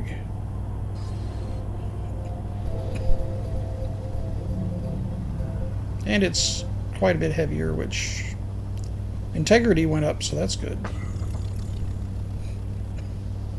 Okay, so we've got bigger clip size, bigger ammo maximum. Reload time isn't too terrible, but it's longer. Mass is quite a bit heavier. And power draw is up 0.7%. No, 6.7%. 22% total. Up 0.79. I think we can live with that. Where are we at now? Yeah, we can live with that.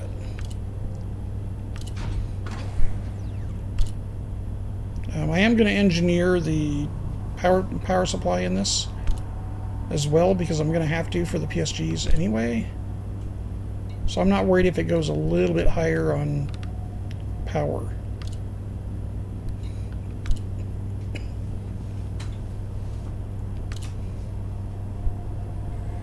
Unfortunately, when we get 3 unlocked, if we do another modification, it's going to remove this one.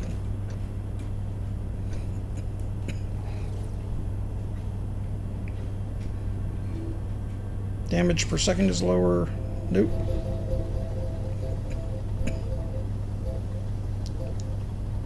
Technically, we've unlocked 4, grade 4. Let's try a little better run there. Hopefully we can get a little better on this one.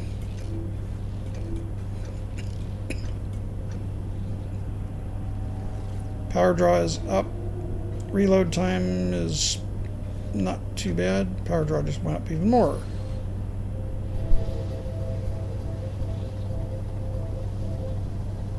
Distributor draw went down.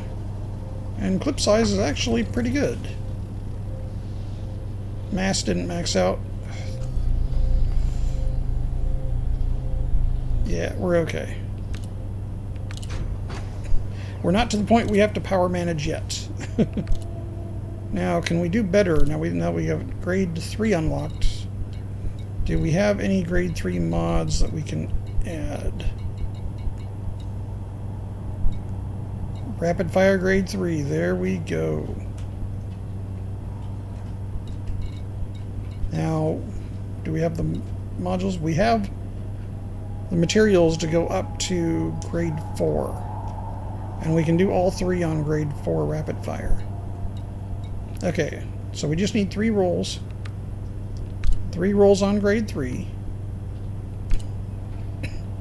Doesn't really matter what they are. We just need the 3 rolls on grade 3. It's going to speed it up. If you hold the button, it'll hold the enter, or if your trigger that you use for that to select with on the menu. I'm using a HOTAS right now. So I have a thumb trigger that selects everything. All you need to do is hold it and it'll skip through the roll. Roll again.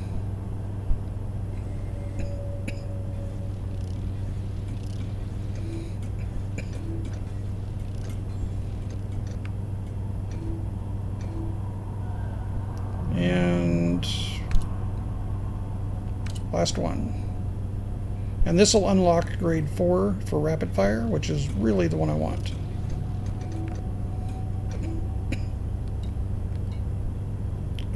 Got smart rounds, but I don't really care for that. So we'll discard that. And now we've unlocked grade 4. So let's see what we can do with this. This is the one we care about. How many rolls do we get?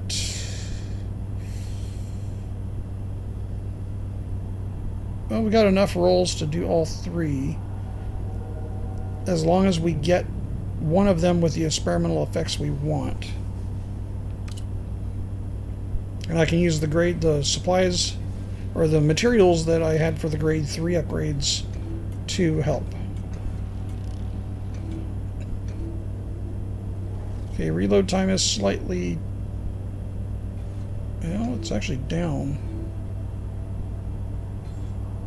Distributor draw is down. Those are good. Rate of fire is definitely up. This will get rid of the ammo clip size mod, which I'm okay with. Alright. I do like that. Overall, it's got...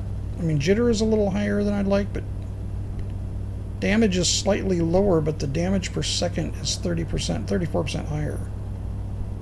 And the rate of fire is pretty significantly faster. Distributor draw is also lower. Reload time is significantly lower. I think we're going to keep this, so let's do an adjustment. We didn't get an experimental effect, but I want corrosive shell on this. So we're going to do this, and we're going to give up 2 favors. And we're going to apply this one. So we've got one of them with corrosive shell. Yes. So now that takes us down to grade 2. So we have to do some more grinding on grade 2. Which ones do we have? There we go. Yeah, we got enough to do 3 more rolls. Then we got to roll... Oops, I don't want to pin it. I don't need to. So we're going to generate 3 more on this. Not that we're actually going to do anything with it.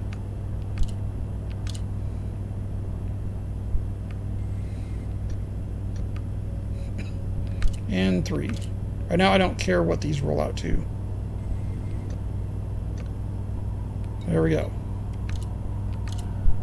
Because that's not where we're looking at. That's not the one we're trying for. Now we go back to grade 3 on the rapid fire. There we go. And we got enough materials there. Ooh, for exactly 3 more rolls. Ouch. So hopefully, once we get this one up here, it's going to give us, to grade 4, hopefully we get one of them with an experimental effect that we like. Otherwise, we are not going to be able to get the other one, the 3rd one, up to grade 4.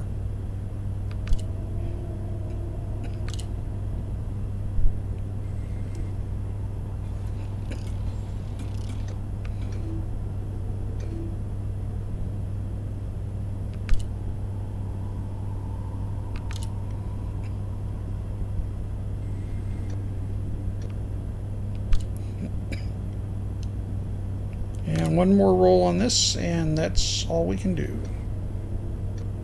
Now, discard, because I want the grade 4, not grade 3. Okay, now we've unlocked grade 4 again. And there we go. If we don't get an experimental effect on this, it's going to cost us if we don't get an experimental effect, it'll cost us 2 favors. If we do get an experimental effect, and it's not the one we want, it's going to cost us 1 favor. Aside from the jitter and the damage, this is actually not a bad roll.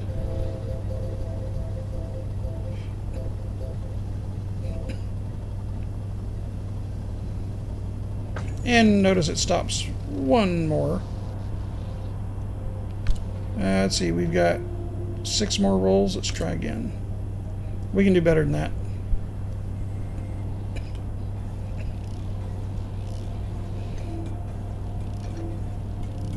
Remember, we have one more cannon. That's actually decent. Damage per second could be a little higher. Reload time is really nice. And we got an experimental effect. Thermal shock. That's actually a good one. So thermal shock, what this does is when you hit the enemy's shields or hull, it temporarily spikes their temperature.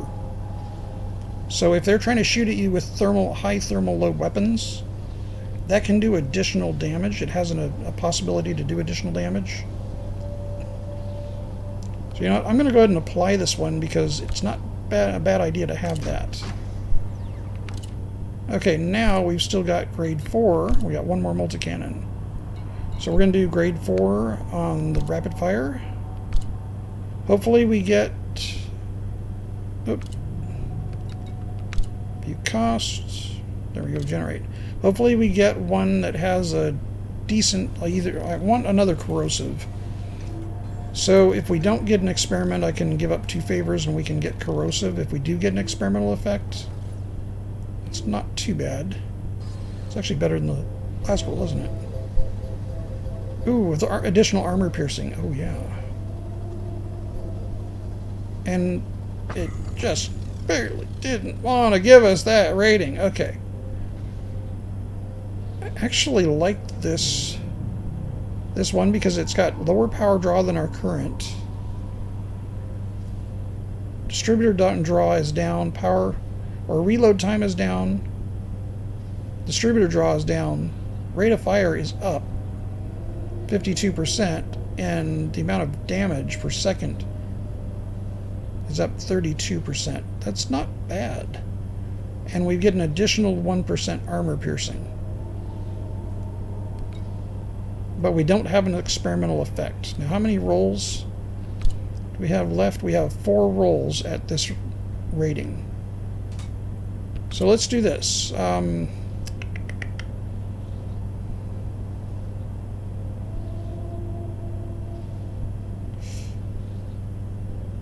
know what, I'm going to try again anyway.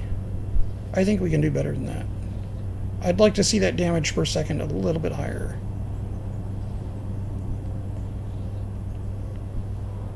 Probably going to kick myself if I don't do this, but we got 4 more rolls. Let's see what we can do.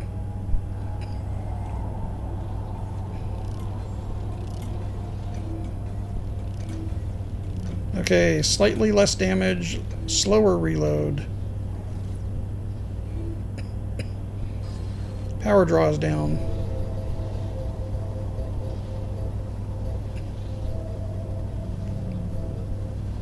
So this isn't as effective, and we didn't get this is a worse roll than our last one. Let's try again. We have 3 more rolls, so as long as the next 2 or 3 are good. Yeah, I already don't like that one.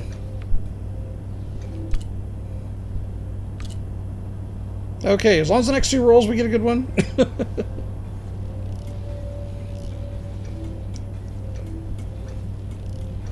Is this going to end up any better? Mass is down. Okay, I'd rather have the armor piercing. And we're not getting an experimental effect anyway. Last roll. Let's hope, keep our fingers crossed that this is a good one. And I'm gonna add an experimental effect if we don't get one. Pardon me.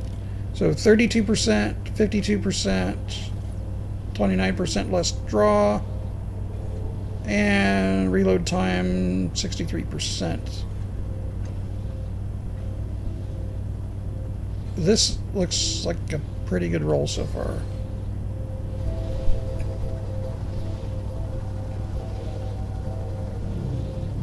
And we're not going to get a secondary effect, but that is our last roll, so we are going to adjust this. And I'm going to put corrosive shell on this one. I like corrosive shell because it weakens the hull, so all of your rounds do more damage. And that knocks us back down to level 3. of multicannons. But that means we have all of them to grade 4. Rapid fire. Not too shabby. Okay, so we've got 2 corrosive and 2 thermal shock. I think it's time we go out and test those.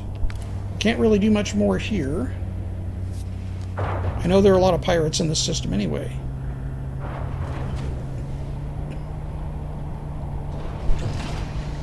So let's get off the planet and up to Super Cruise. That's an interesting sounding thrusters.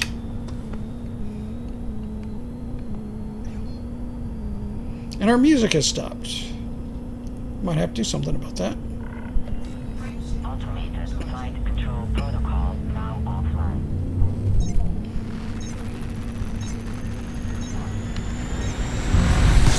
Must have music. Okay, let's get this set back.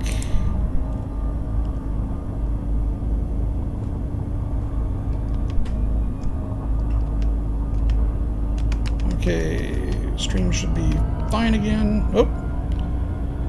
Oh no, there it is. That helps. Helps if I click on the right stream option. Now, while we're going up, I want to get the music going again.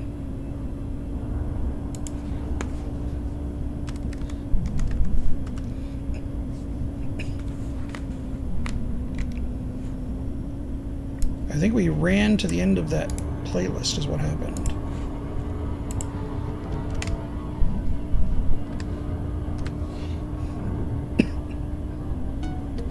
There we go.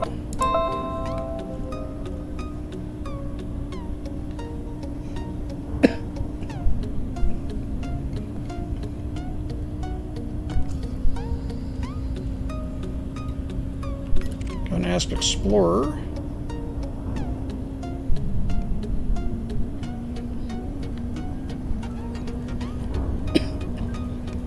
Are you clean or wanted? Oh, you're clean. The last time I did engineering up here, I immediately got interdicted when I left the planet.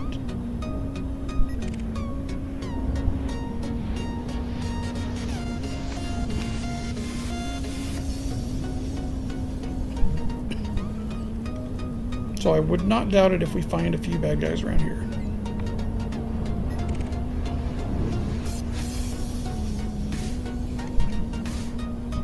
Anaconda, I'm probably not ready. May not be ready for that.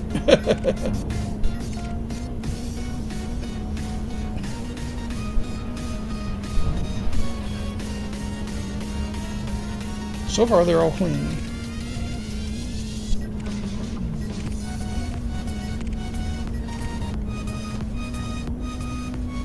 Yep. It's a hauler that's probably not going to be wanted.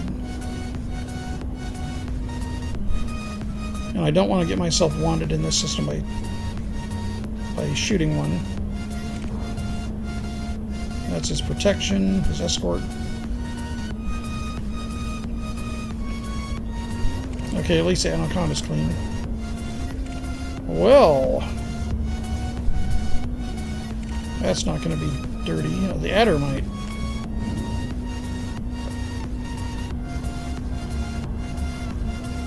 Come here, Adder, where you at?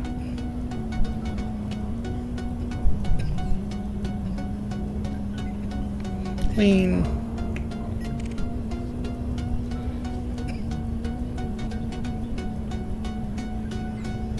They're not clean. That's at a wing of 2. Who's your buddy? So 2 Imperial Eagles, or we got a Imperial Eagle and a cutter, basically.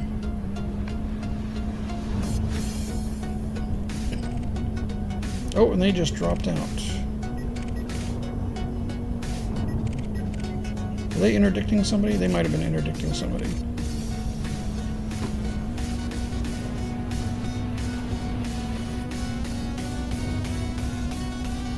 Kind of wish I had cargo in my hold so they'd come after me for that.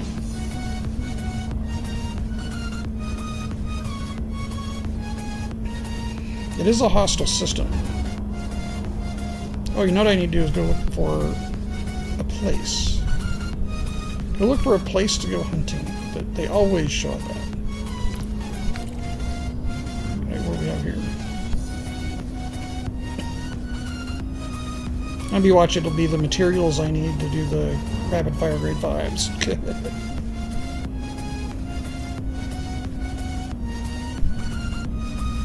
Yeah, it's not what I'm looking for.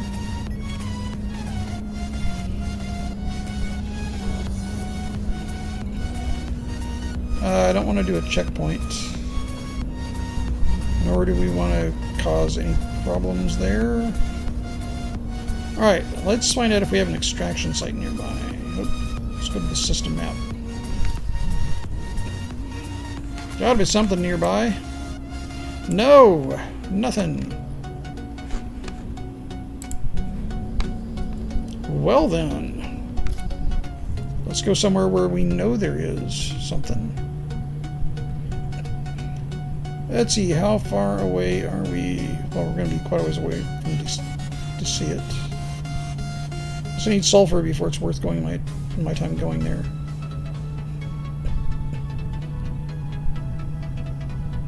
How far are we from Morelling? Quite a bit.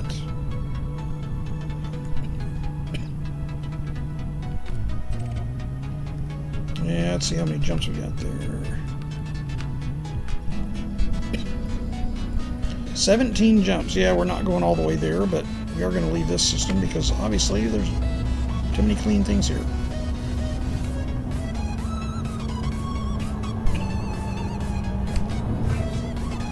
Now, if we were in a Federation system, I don't think this is a Federation system.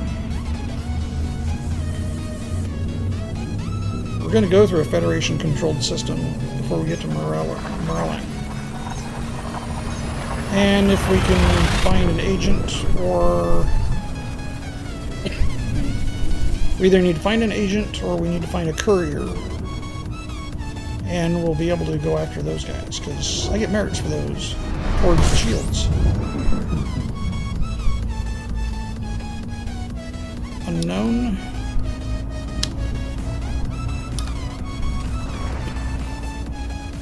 Okay, this isn't one of those systems.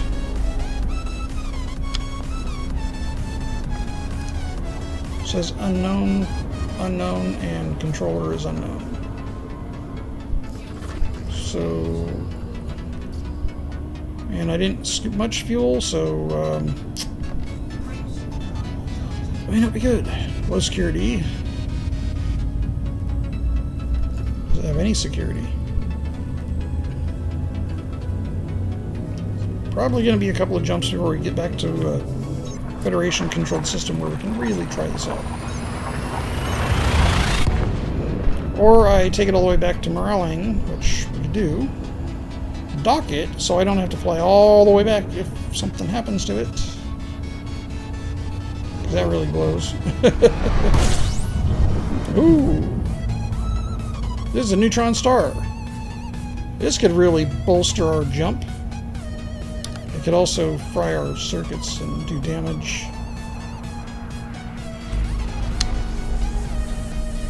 Where's our jump point? Well, this one's not spinning around, so that might help.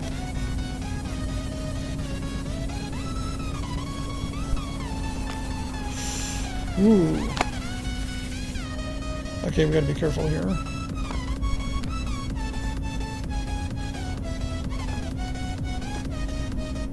Wait a minute.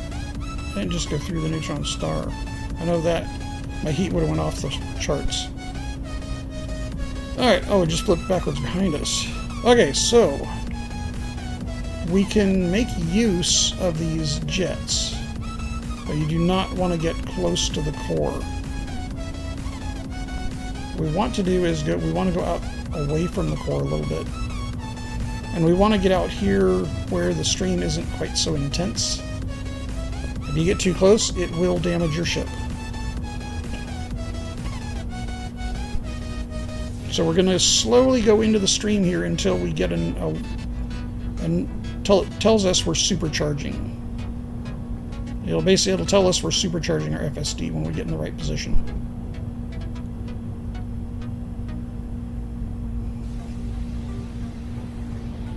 And yes, this is dangerous to do. If you go in too fast, too hard, wrong angle, too close, you do risk destroying your ship. And chances are, even if you do it right, you could take damage. But we're gonna be very cautious with this. I want to go more towards the tail here.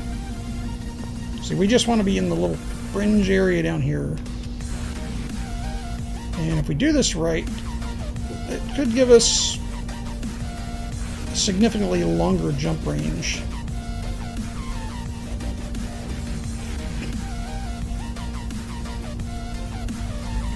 A little bit faster.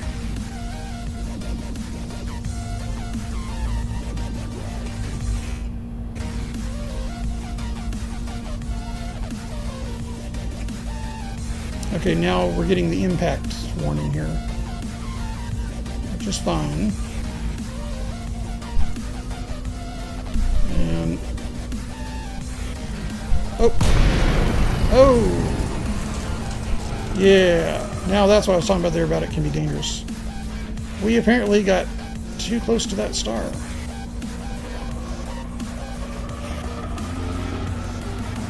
Well, and we were pointed way out at the fringe, but apparently that was enough. Let's get pointed more away from it.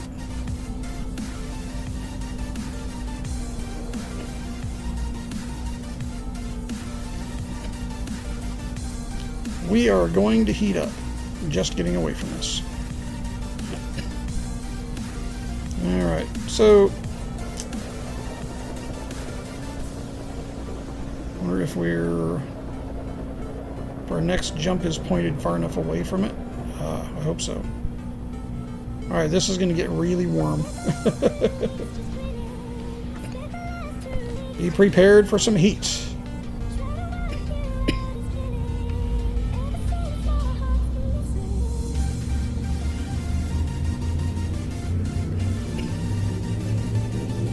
If I have to, I got my heat sinks enabled. Okay, we're going to jump without excessive heat. That's good. Alright, so the Fer-De-Lance of that particular neutron star, the Fer-De-Lance didn't want to do it. But we do need fuel. We need fuel, like, really bad. Because we can't go any more jumps. Okay, we are in hostile territory again. Yes, we are back in the Federation, it looks like.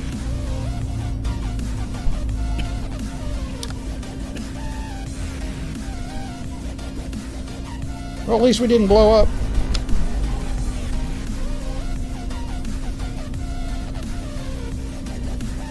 Yeah, Lee, that's exactly... Thanks for joining me. That's exactly what heat sinks are for. And I do have 2 heat sinks installed on this, 2 heat sink launchers. So if we really needed to, we could. Oh, right. What do we have here? Cruise ship, an adder. Alright, let's get fueled up and then we'll peruse around and see what nastiness we have here. Well, I'm actually looking for couriers and such. So I guess we're going to do a little bit of a testing with this. I was going to break this into 2 different sessions, but I think it'd be fun to go out and test it.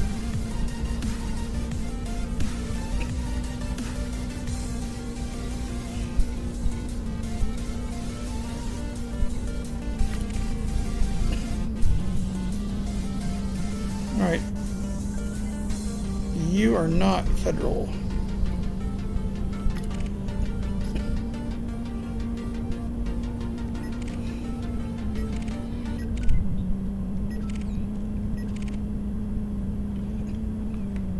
Almost fueled up.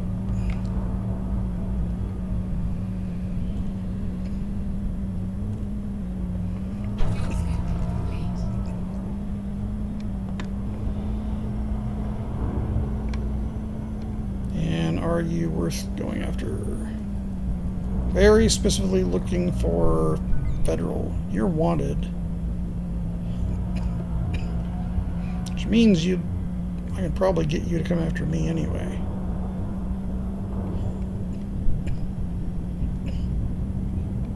I need to know if my power delivery for my weapons is acceptable.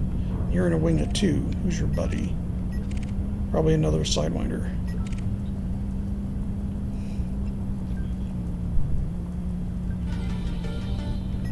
You're clean. And you're clean. Probably clean too. Yep. I'm not going to bother you. Oop, oop, oop. Oh, I saw one there for a moment. Saw a federal officer.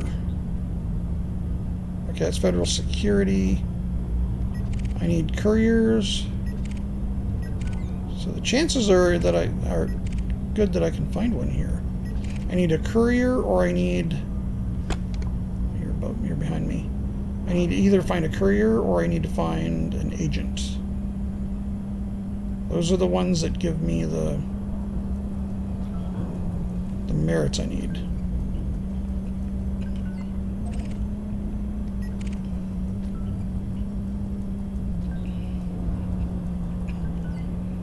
You're not it. And you're the only other ship in the area? Come on.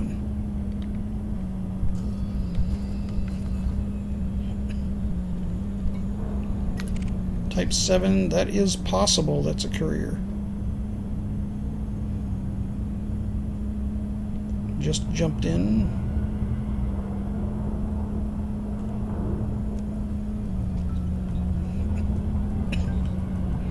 No, it's not. Now, Federal Security Service Elite, probably not. Not a good idea. Not a good idea to test when I don't have somewhere close.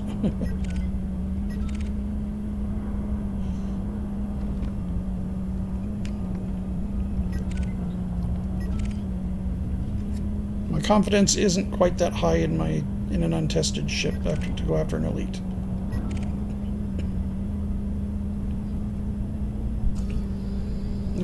Alright, since we don't have any real goodies here, what do we have? Our next hop, I've got 14 jumps away anyway, but next hop, we can go to the next hop, and that's still in federal space.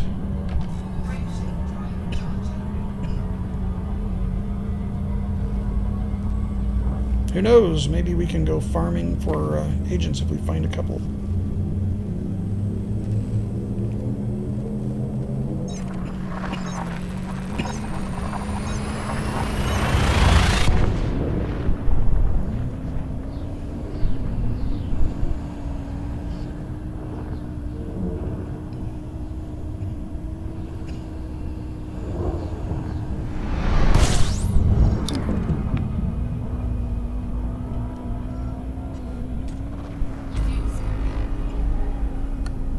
Okay, while we're scooping, any contacts? None yet.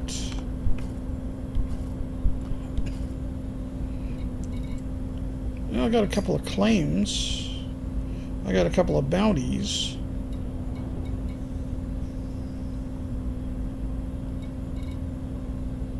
Yeah, that's from NPC farming. So are these, but yeah, some of those are anyway. Any contacts yet? No. Is there like nobody that lives in this system?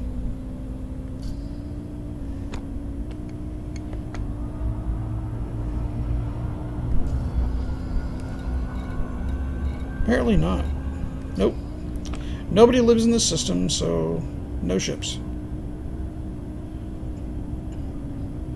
Next.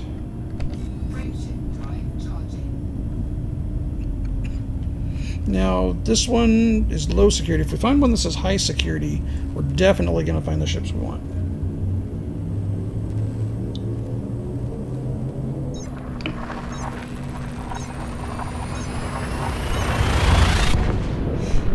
Welcome to Stream Xeno. Thanks for participating in chat.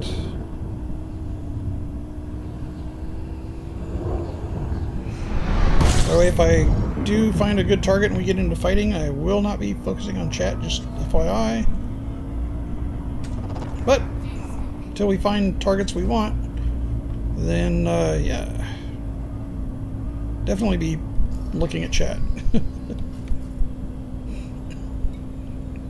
Federal Navy ship, that is one that I can go after. And it's a Python. I'm pretty sure we can rock that Python's world.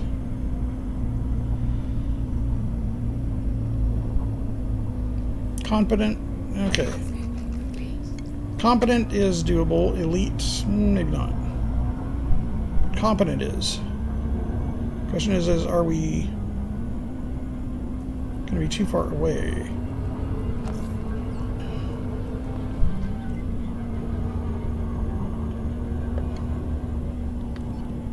Oh, I didn't put my FSD, did I? Oh, I did. Okay, that's right. That's right. Second trigger. He's too fast for us. Are we catching him, though?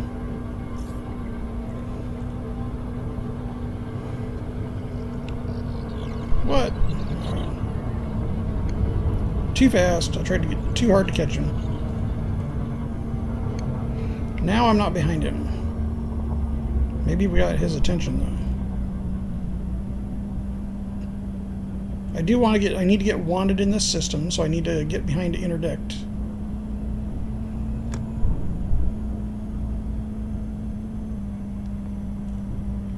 We're over here. Oh, and he dropped out. No! Don't tell me that.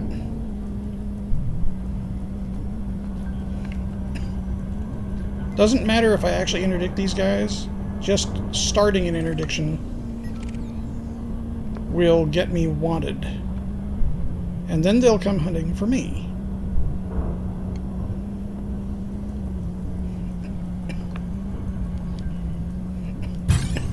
I don't even have to beat him. I just have to... See, I'll be wanted just the fact that I tried this.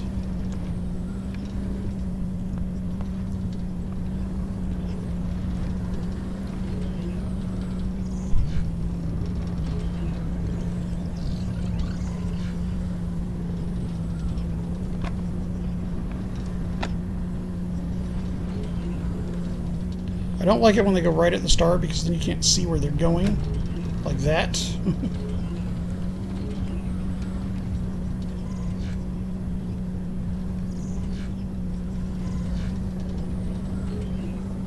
Come on, we can do this.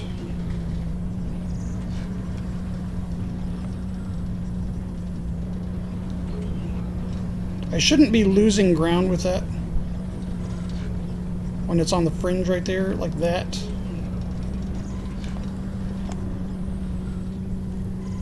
But that's the game. Come on, we can do this. Oh, I think I'm going to lose him.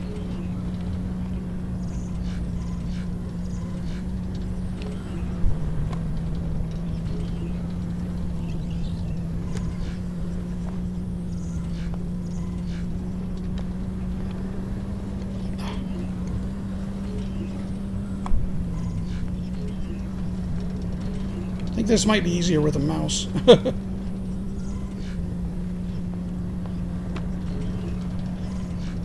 going to run out of time and it's going to fail because of the time. The way this is going, if I don't get him like real soon.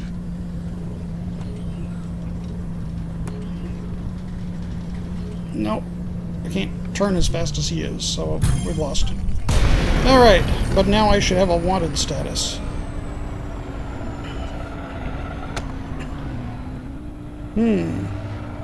Let's let the FSD cool down a little bit. And I want to unlock my next jump point.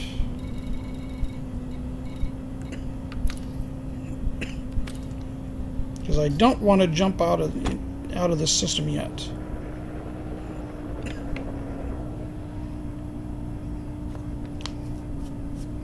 Alright, so since we did that, let's go find the beacon. Shouldn't be too far away from that. That's the closest to us. Nav beacon. There we go. You can always find ships with the nav beacon. And our FSD's back online.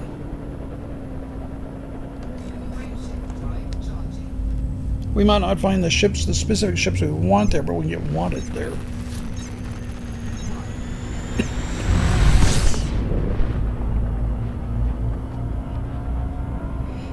What I don't want to do is spend too much time there and end up getting a whole horde of people coming after me. Yeah, we're not messing with that guy. He might be wanted in the system, but he's one of ours.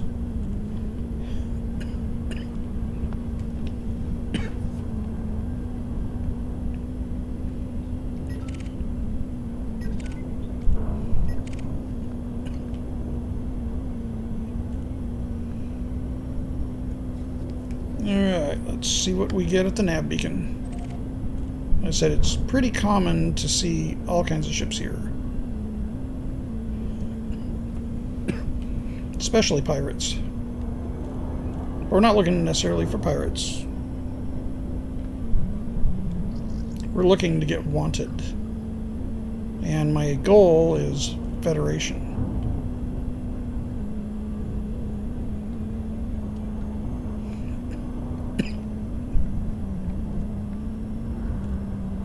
Each Federation kill is worth 30 merits, whether or not it's a big ship.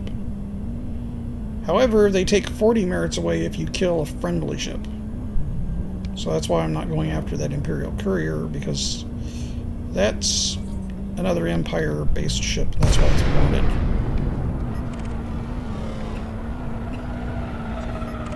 wanted. Okay, there's a bunch of ships here, now I just gotta find out who is who.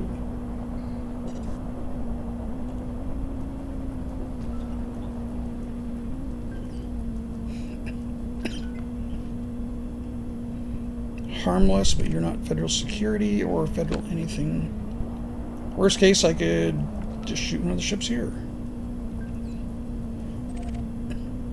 Well, that one just left in a hurry.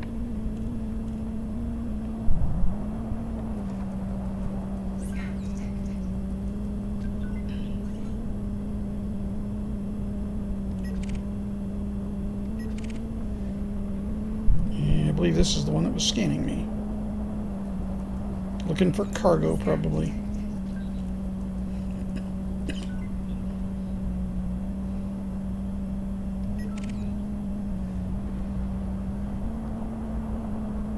Federal agent, that's what I want.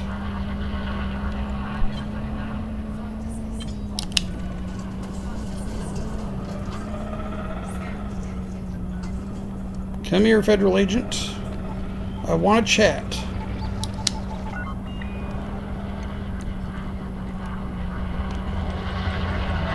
Oop, oop, oop, oop.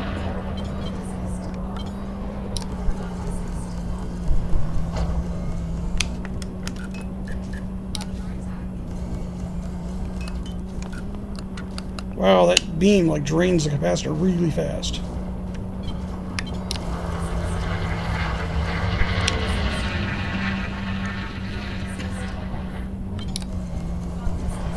Turn rate on it's pretty good.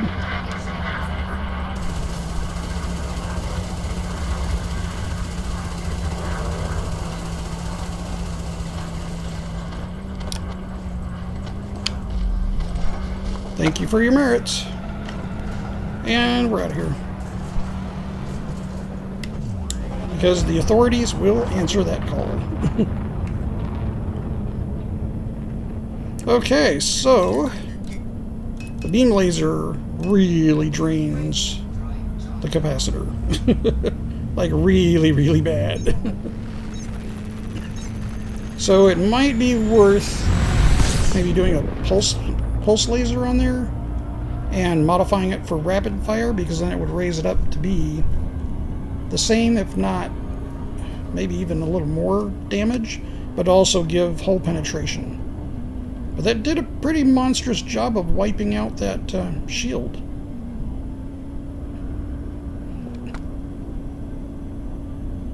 Okay, so now that we've gone out of the nav beacon, we can go back to it. that'll reset everybody in there, but we are now wanted. Now, I won't register any of those merits until I take them back to a station that's controlled by Aisling Duval. Aisling Duval is, you have to go to a station that's directly connected or directly controlled by her in order to get the merits. We're going to go back and see if we can find another federal agent.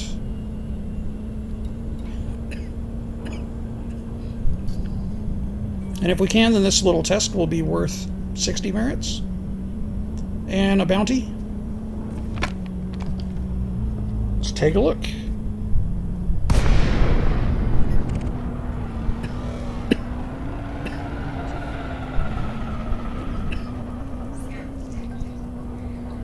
If you're not a federal agent, I don't care who you are. If you attack me because I'm wanted, guess what?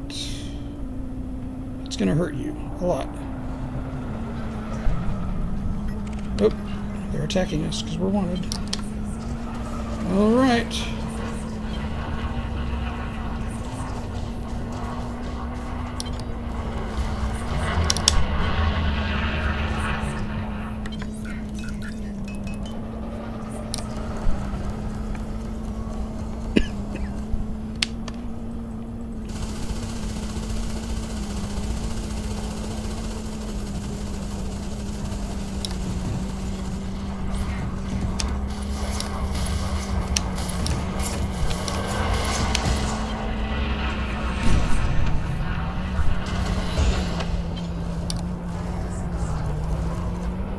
And our shields are almost toast. We've got more than one ship firing at us right now, is the problem.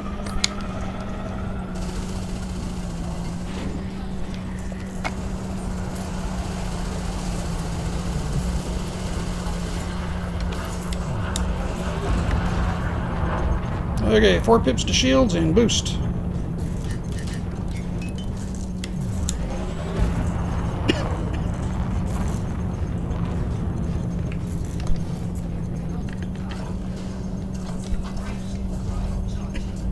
Yeah, we got like 3 ships right now. Okay, let's get out of there for a moment.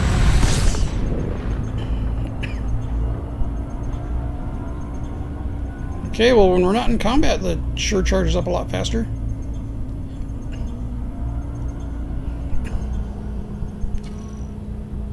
So yeah, that's one of the nice things about bi-weaves is they do recharge much faster, but it'd be really nice to be able to get these shields modified for better thermal protection. Either that or put put prismatic shields on it and not have to worry about that as much. But then still engineer those for better thermals. Okay, well now they'll definitely come get me because I am definitely wanted. Federal Security Service, and he is going to interdict me. Hopefully he's not annoying. I'm going to let him. Now if he brings like 6 of his buddies, we got a problem.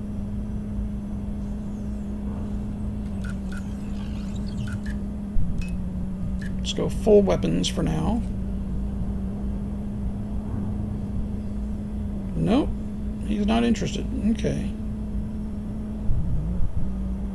Not sure what he's doing. Oh, maybe he is interested.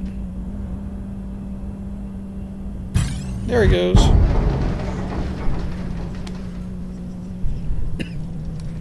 And he's in a wing. Who else is in his wing?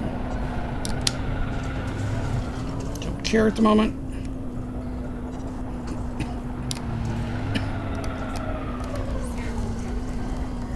I just want to delete his shields.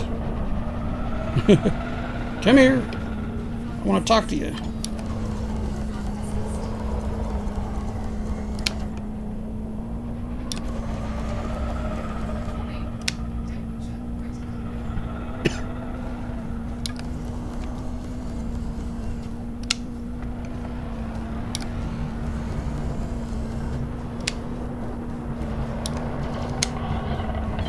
Yeah, I think I'm definitely going to have to do definitely better with a probably pulse.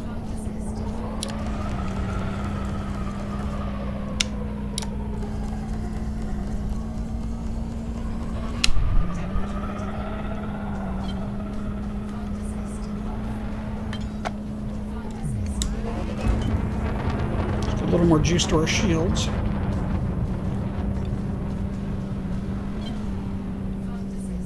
Okay. I'm going to stay against the sun where I can't see you.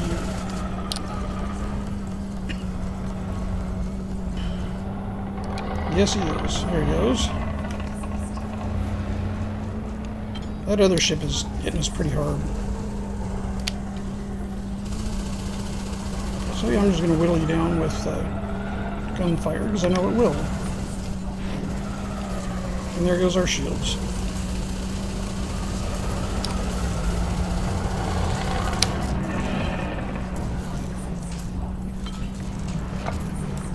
And I don't have a shield cell bank. Alright. So the beam laser is not a very good option for this particular setup.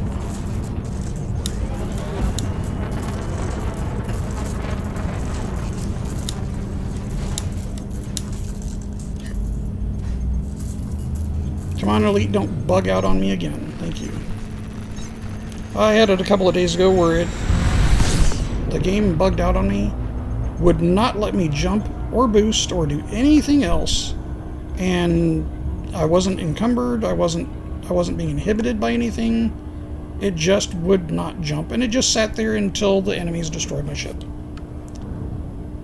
Wouldn't let me change any controls, it just quit responding and the ship got destroyed. So that was $3.9 million for nothing. Alright, but it's not a very effective setup with that particular beam on there, so I think we gotta change that. Okay, how far away are we, say, from Ray Gateway?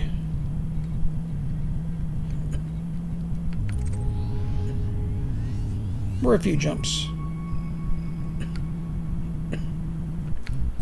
Let's see.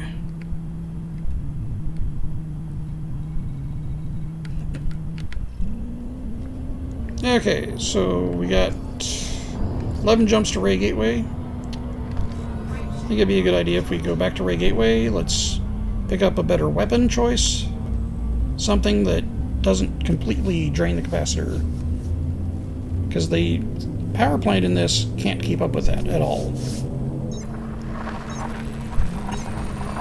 Now I'm happy with how fast the multi-cannons, the 3 multi-cannons, are whittling down the armor.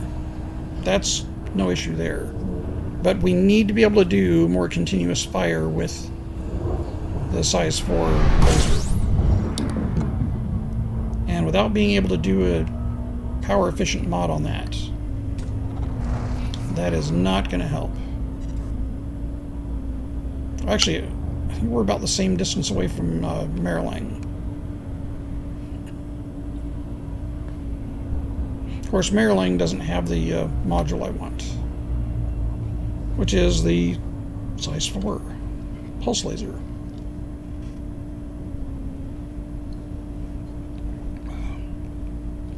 It's either that or I put 3 beam lasers on it and put a size 4 multi-cannon.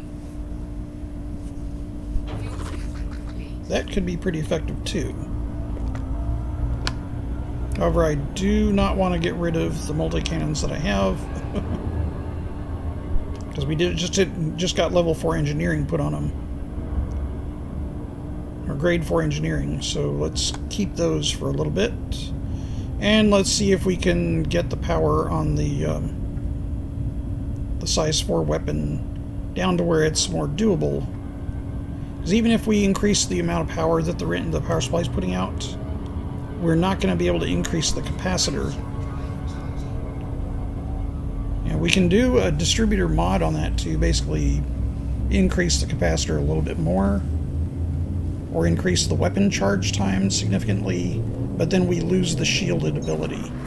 And the shielded distributor keeps us alive longer. Plus it helps prevent the random system malfunctions that could affect our distributor when we get attacked by modded weapons that do that. Or engineered weapons that cause those problems.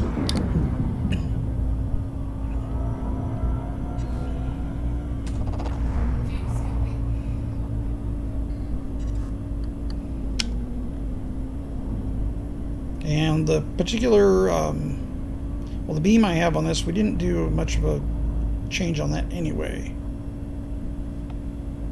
So I'm not too worried about getting rid of that. And we would have to do like a grade 5 efficient weapon upgrade for that, for it to be even feasible.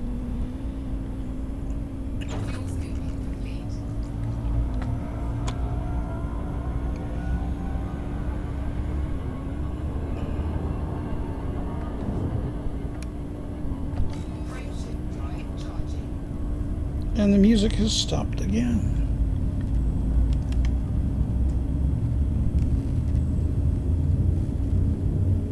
Strange. Nobody's typed the command to stop it.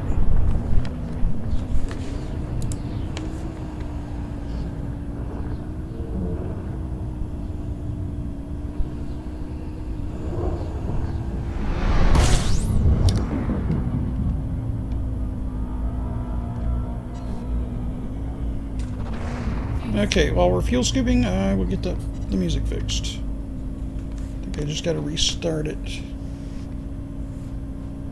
Yeah. I think the server might be down that works with.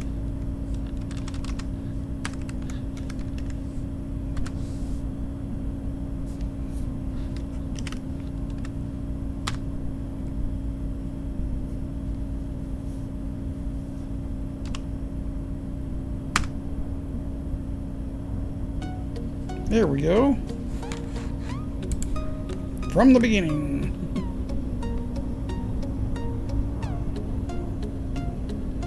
Give us a little music to travel by.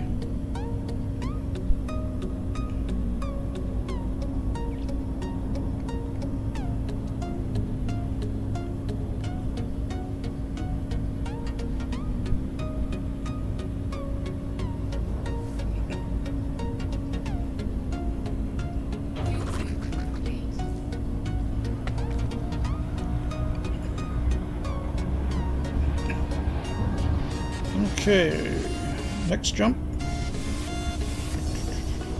So we got a few more jumps to go.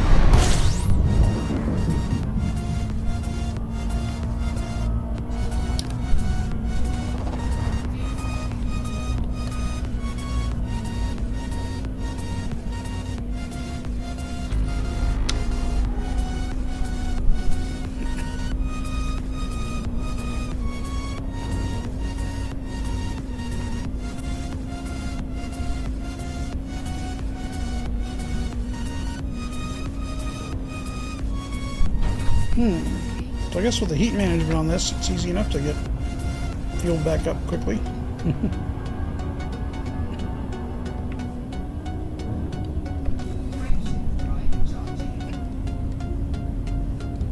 Alright, so again we're heading back to Ray Gateway. And we're going to see about getting a little bit better pulse laser setup. See if that'll be a lot more efficient for us. Now that does work really well. So I'm not gonna sell the pulse laser or the beam laser.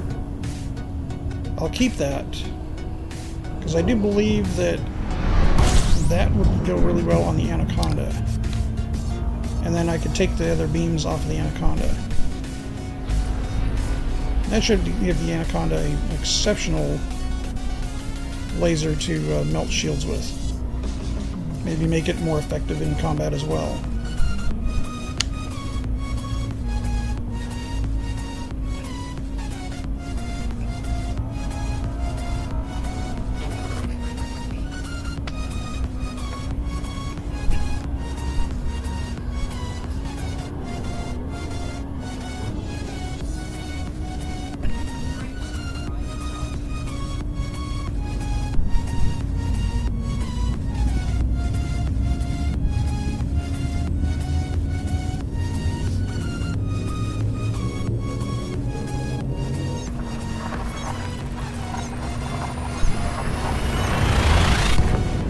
Okay, so far here in chat we've got Ivan Bigelow, Sim Racing Indian, Lee Mitchell, and Zeno. Well, welcome, and thank you for joining me on the stream.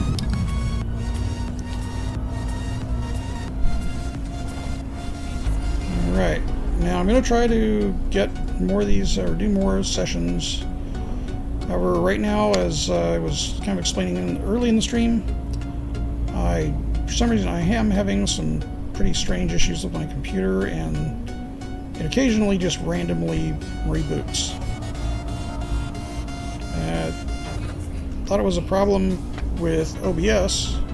It was happening mostly with OBS, but then I had some really weird stability issues with it on software rendering for X.264 or H.264 codec. I moved it to hardware acceleration with NEVC. It's the NVIDIA hardware encoding. It seems to be stable now because we've gone 2 hours and 40 minutes without any problems. But again, if the stream suddenly goes offline and it stays offline for more than a couple of seconds, well, that's what happened. Let's hope and keep our fingers crossed it doesn't, and we can keep on doing these.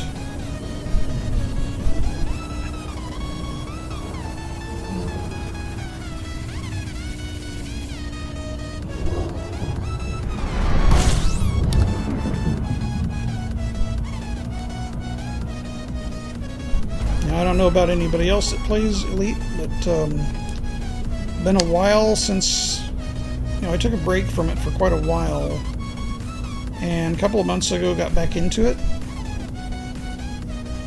And when I did, I found all of the AIs to be drastically improved in their piloting, their targeting, and they all seem to be using modified weapons. And some of them were using the best, like all grade 5 engineered weapons for the amount of damage they were doing. And going from a all vanilla Python that was A-rated to competing against every single ship having engineered weapons that attacked me or interdicted me, it was a big shock. And I resisted doing the engineering for a long time. But eventually I just got to a point where I thought, it's either I do the engineering or I quit playing the game. Because without doing the engineering, you can't compete.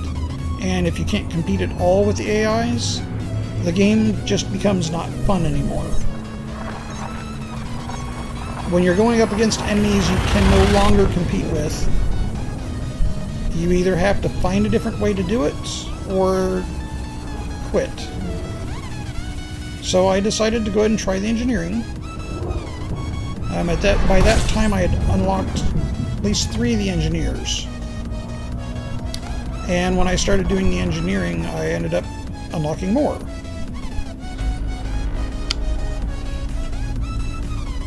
So I've got a bunch of the engineers unlocked, and I've got several of them that I've already met the requirements, and I've done the donations or whatever I need to do to unlock their services. And while we're jumping, this is a good time to look at it while we're refueling. So these are the ones I've got unlocked and what I've got unlocked with those. So at some point I've got to go and get some more sulfur so I can get the FSDs retuned a little better. I can do the reactor with sulfur. You can only do grade 1 with the reactor with Felicity. I've got Elvira. I've got grade 4 frame shift drive, shields, and generators. Now she does everything that Felicity does, but she does not do power supplies. You have to go to Felicity for your power supply. I've also got Todd the Blaster that does the multi-cannons and cannons. There's another one that I haven't done yet, Li Chang. Li Chang also does shield generators. And this also, he also does the shield chargers as well. Shield boosters, shield generators. I think there's a couple other things he can do. Now I haven't unlocked him yet, so I got to do 200 units of gold. That's something I'm going to have to do in the Anaconda, because then I can do 128 tons of first load, finish up the second. So that's a big donation to do that. Jury. I've got Jury unlocked. I need to do 100,000 in bounties, I believe, on that one for Jury. Yeah. And Jury does mines and missiles. So if I want to get the missiles modified for like higher magazine capacity or more damage, that's who I'd have to go to. Okay, so those are the engineers, and those are the ones I don't have unlocked yet. That I do know about, but I know about them, but I have not met the requirements to use them.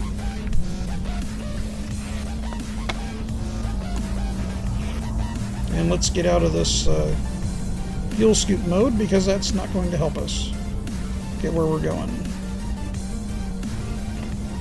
So that's the engineers.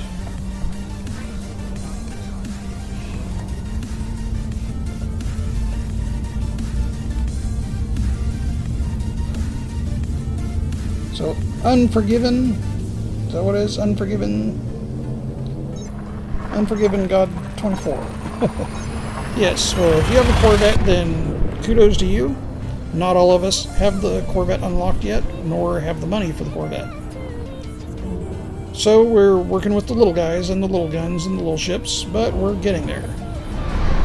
Now, I can go and probably just sell my Anaconda and be able to afford a Corvette, and do most of the outfitting, or a decent amount of outfitting on it. If I decided to sell my Python and my Anaconda, I could most definitely set up a Corvette very nicely. But I haven't gotten the federal rank yet to unlock the Corvette. So I still have to do that grind. I'm right now working on the Empire grind, and also to get the PSG shields unlocked. So I'm probably going to entertain the idea of the Clipper as well. Or sorry, not the Clipper, sorry, the keep messing those up. The Cutter. The Cutter is the other ship that I'm curious about. It looks like that could be a really good tank and very, very effective. But I do like the maneuverability of the Corvette. So do I do less armor and less firepower and more maneuverability? Of course, I think the Corvette might have better power management capabilities. Or better power for the size of the ship, maybe. So I guess I'll have to wait until I can get the ships and really check them both out before I make that decision. I like the look of the Corvette. I like the armament the Corvette has.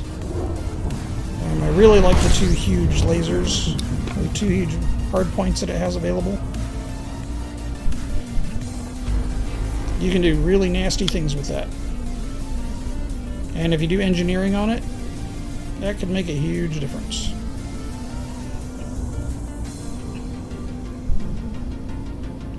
Biggest thing with the Corvette is the all-out maneuverability it has over a lot of ships.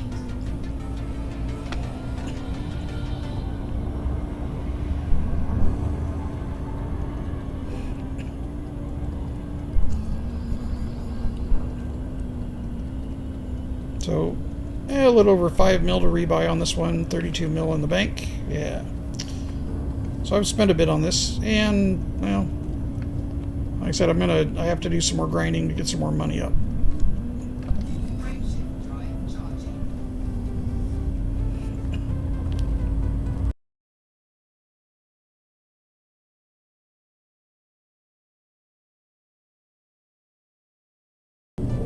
I guess, as they say in the automotive industry, it just takes money.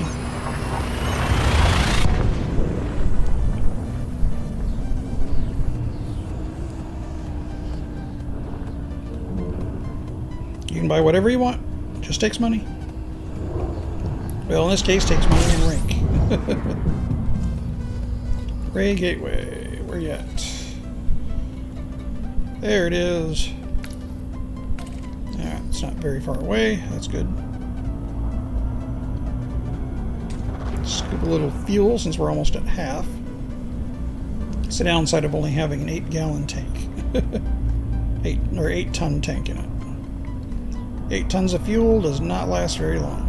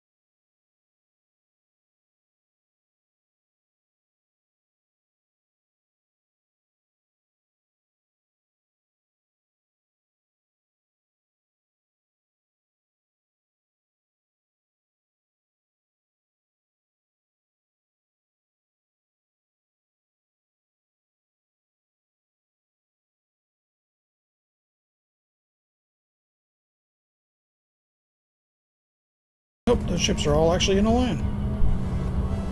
Okay, let's back off a little bit so it doesn't freak out and say we're just like going way too fast.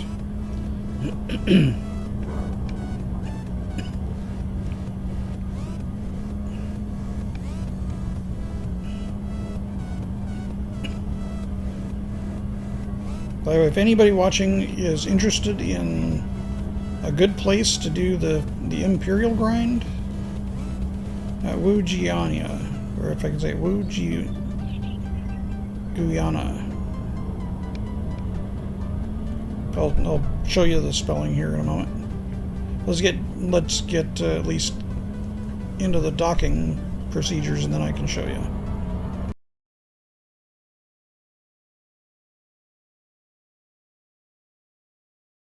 Went from Squire. Actually, I went from Outcast with the Empire up to well, basically I'm to Viscount now. So I went from Outcast to Viscount probably in about 6.5 hours of actual missions, and that was taking data missions and earning money with surface scans and doing rank points with the surface scans also. It's a little bit out of the way, but it's not as far off the beaten path as Quince. And they actually give you rank progression missions there, which you do not get at Quince. Quince does not hand out rank progression, even if you're doing the missions there for money. And last time I was there, it was not doing very well with the money. They toned down the scan missions significantly.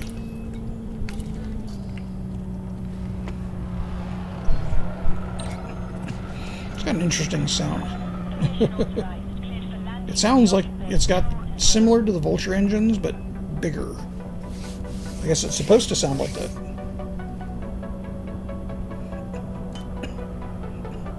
Okay, so we are looking for a weapon that has more sustained fire. Okay, while we're docking,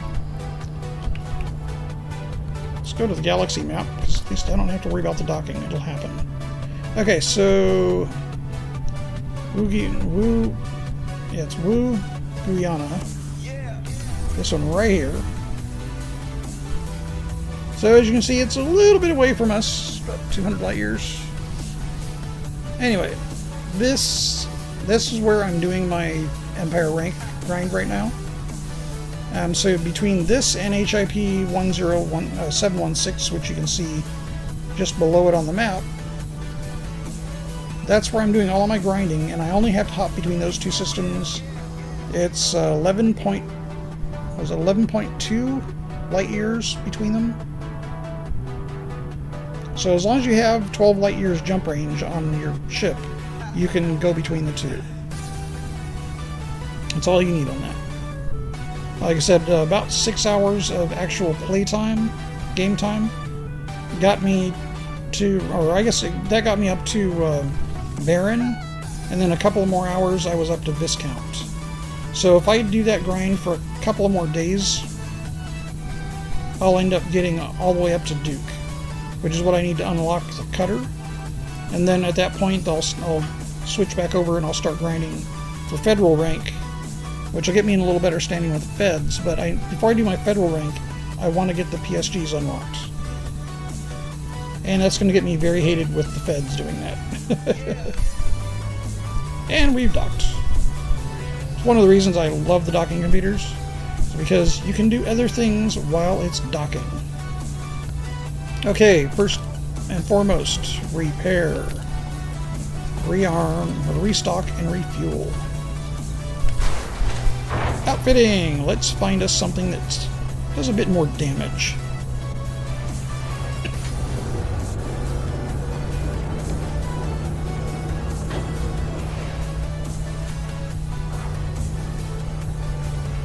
Well, it's not going to do any more damage. We need sustained fire is what we need.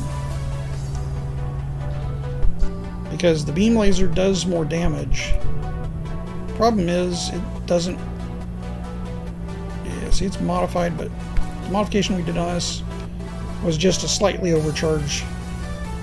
Nothing serious. So, oop. So let's browse. And... pulse laser. So do we have only up to size 3? That's a letdown. What about beam or burst? Sorry. We can get a 4E gimbaled. Okay, so that's got 35% less damage. What about damage per second? Well, damage per second that's the down. That's, pardon me, that's 35% less. Pardon me. It does, however, have better armor piercing.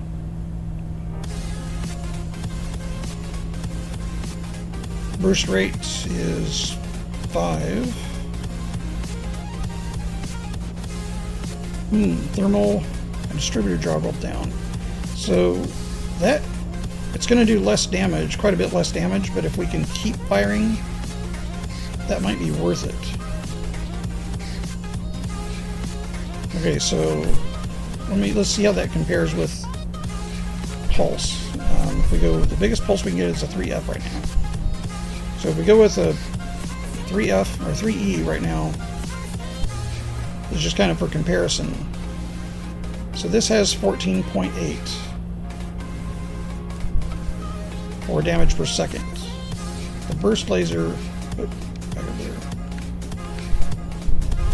4E burst laser has 25. Alright, so what does our regular beam do?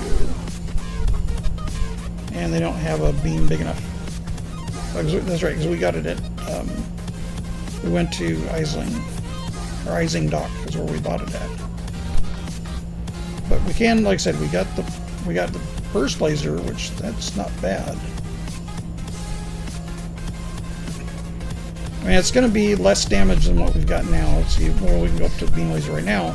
We're getting 40 damage per second, but we can't do sustained fire. That's the problem. So a burst laser takes us down to 25.9.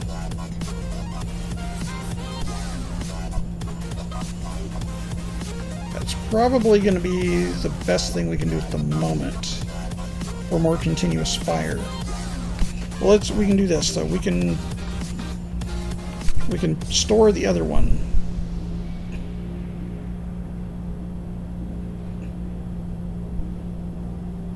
Oh, okay, so this is 6 million. Oh, it's... oh, no. It's if we exchange it, we get 6 million back. Yeah. So we're going to store this one. Let's do the burst laser. Let's try that out. Like I said, I'm looking for sustained firepower. Even if it doesn't do as much damage per second, we need to be able to keep firing until the shields go down.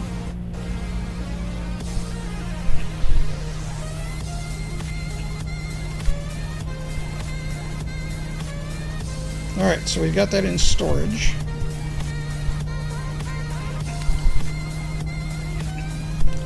Let's see, I do believe we have some areas here that are in conflict.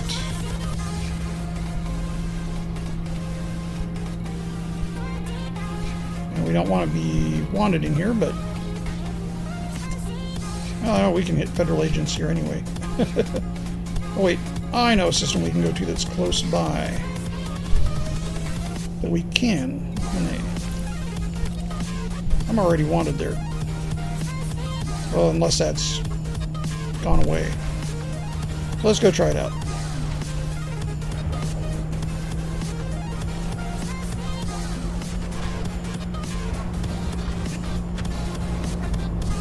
Okay, so the fire groups should stay the same.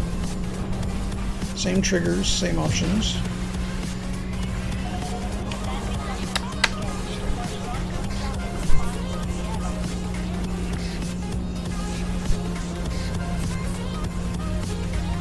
Whoop. Bit too high. There we go.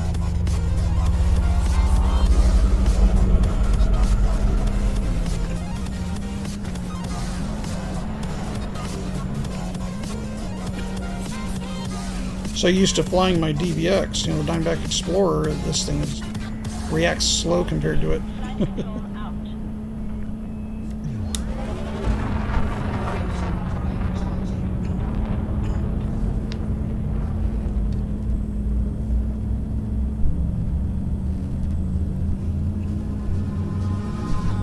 Let's see if we can find something to go test. It's all federally controlled, so should not be a problem finding somebody.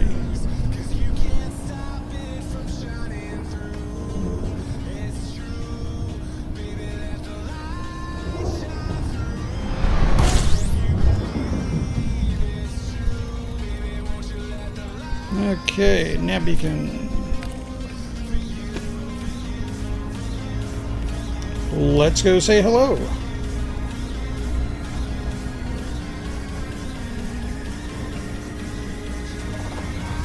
How's everybody doing tonight? Hopefully everybody's doing well.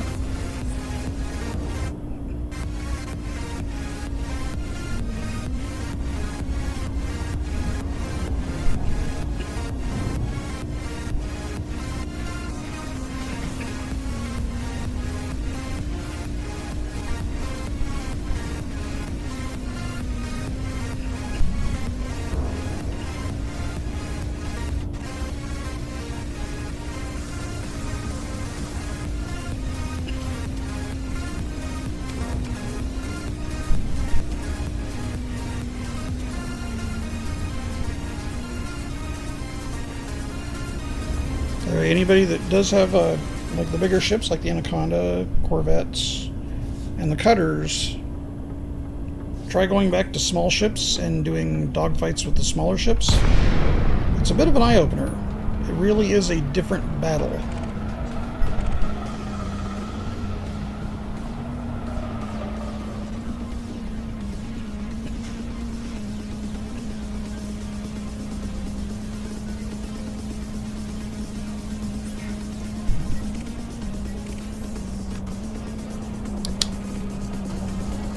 We are being scanned.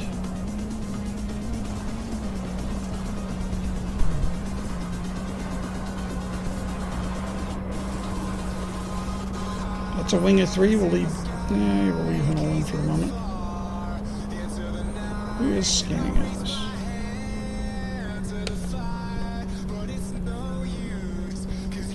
No immediate threats.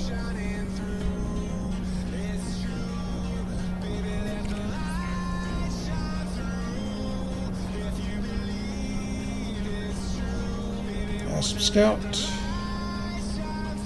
You're wanted, you're in a wing of 2. Who's your buddy? It might be a good one to go after anyway.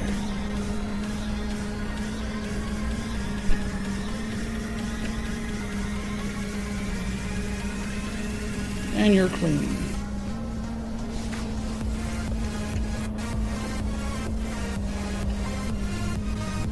We got a wanted one we can go after.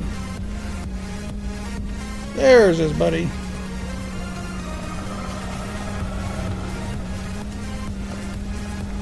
Alright, first business. How does the pulse laser stand up?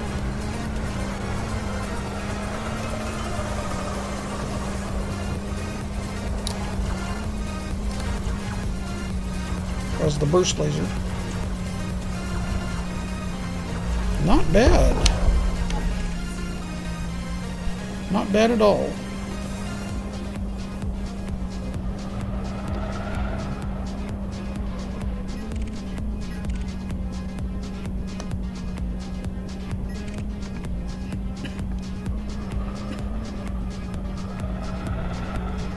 Yeah, let's see how we do against the Asp Scout.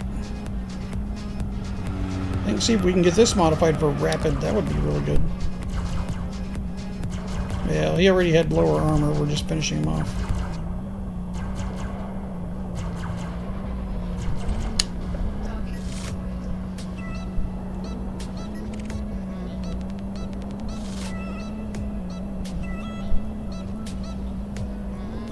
So that means we have the power now to do both the lasers and the multi-cannons.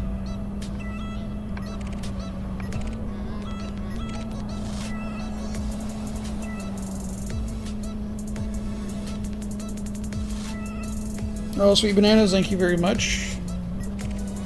Yep, fly safe to you too, and we'll see you out there in the black.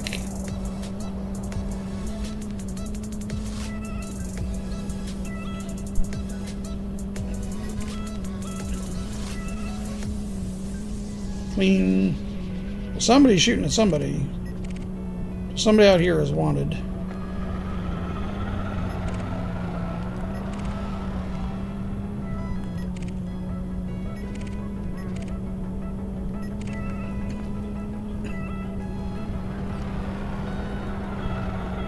Ah, it's the vulture.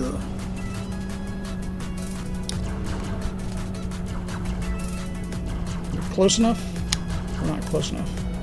We're not doing any significant damage.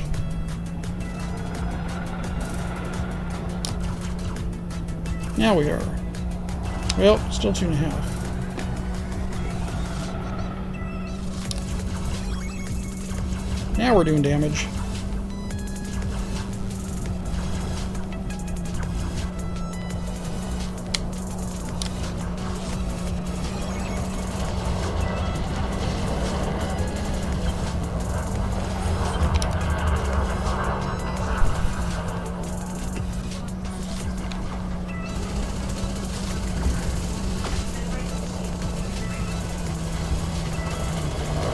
Yeah, his shields are going down, or his hull's going down pretty fast. I like that.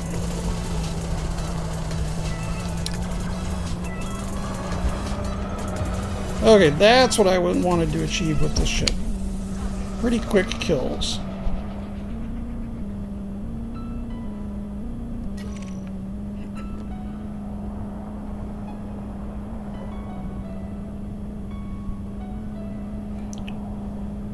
Alright, so I think that kind of rolls up what I was trying to do today. Find a setup that worked pretty well. So far I like it. Feels a lot more effective than what I had for the Clipper. I do want to get that burst laser engineered to be a bit more effective. Either more sustained fire or more damage would be good, and that's not going to happen today though. That'll have to wait for another day.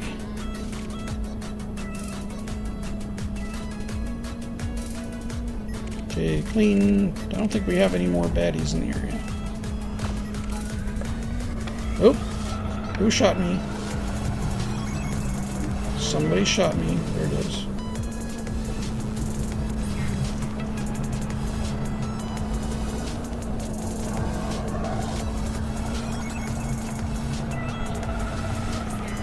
I like the turn rate of it.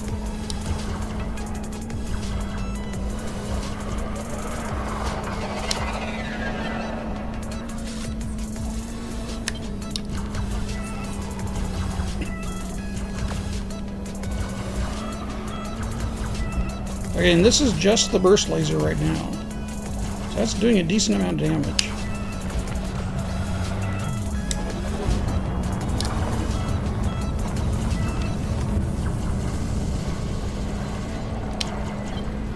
And we throw the multi-cannons in there and it really whittles down.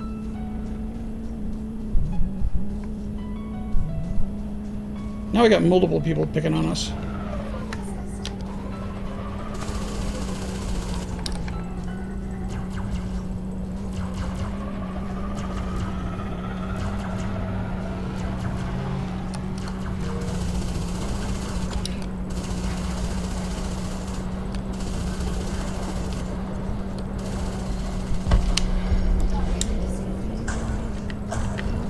Okay, but he was clean, so now I'm wanted.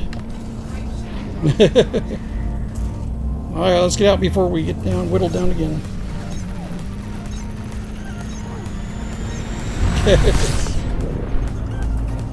Okay. Now I'm definitely wanted here. Oh, I think it'd be a good idea to go back and get repaired. Ray. Oop.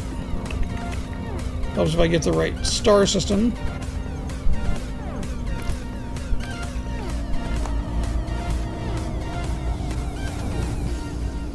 And my wanted status will be here for a while.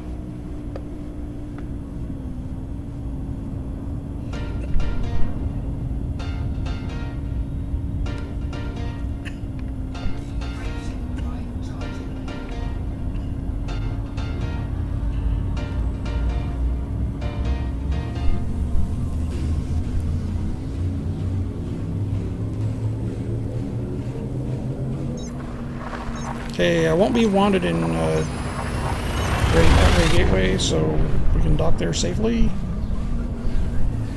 I actually still have a good reputation with them for doing a lot of missions when I started my federal ranking. But it's not a good one for ranking missions, necessarily.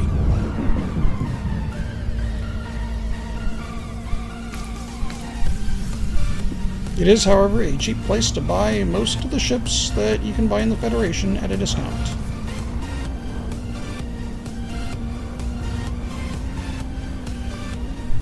So the big three here are Ray Gateway, Isingdock,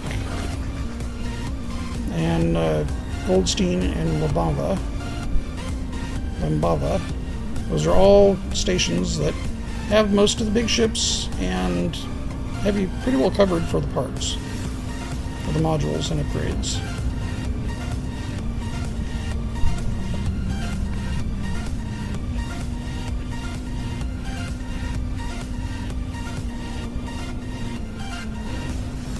So we're just going to go ahead and get docked. We'll look at final setup on this. Again, it won't be, it will be modified probably a little more as I get it all dialed in, because I still haven't even really played with the missiles. I gotta set up, figure out which trigger and which switch I want the missiles on that I'm not already using on my HOTAS. Because I don't want the missiles to be on primary or secondary necessarily. I mean, they can work that way, but I'd rather have them on a separate trigger.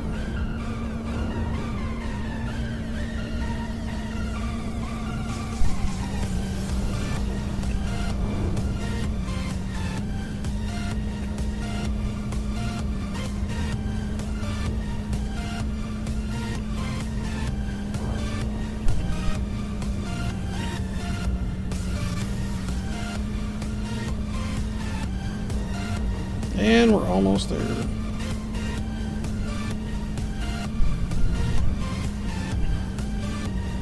Yeah, looks like we may have had a few more people join the stream. Welcome.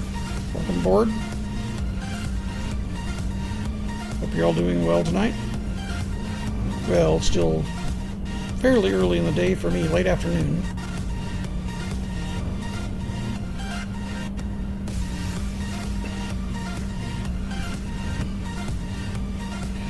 So if you're looking for a small ship that's reasonably competent in combat, well, it's not a small ship, it may be a medium ship that's good in combat. This seems to fare pretty well. It has some decent armament capabilities. With some little engineering, it can get a lot better.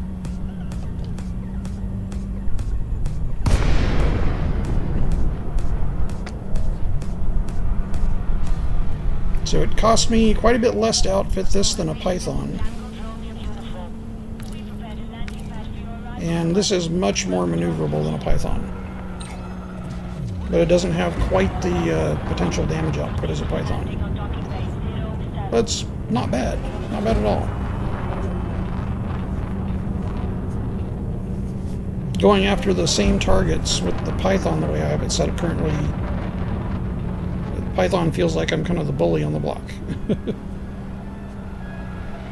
It's not as maneuverable, but I don't have to be that as maneuverable as all the ships, as long as my weapons, my gimbaled weapons, can still hit them.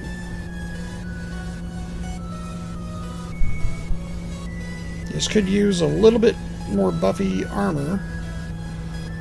It's going to be a little bit before I get the money to do that. So I'm going to have to go grind some more cash. Wujiania is still a good place. Just call it Wuji for simplified. So Wuji, that is a really good place for both grinding Imperial rank and for getting money, because they do offer quite a few missions that get up there pretty high dollar-wise. So you'll grind not only your Imperial rank, but you'll actually get quite a bit of cash. I actually, in probably one day, in fact I know in one day, I made enough there to buy this ship and to put the military grade armor on it.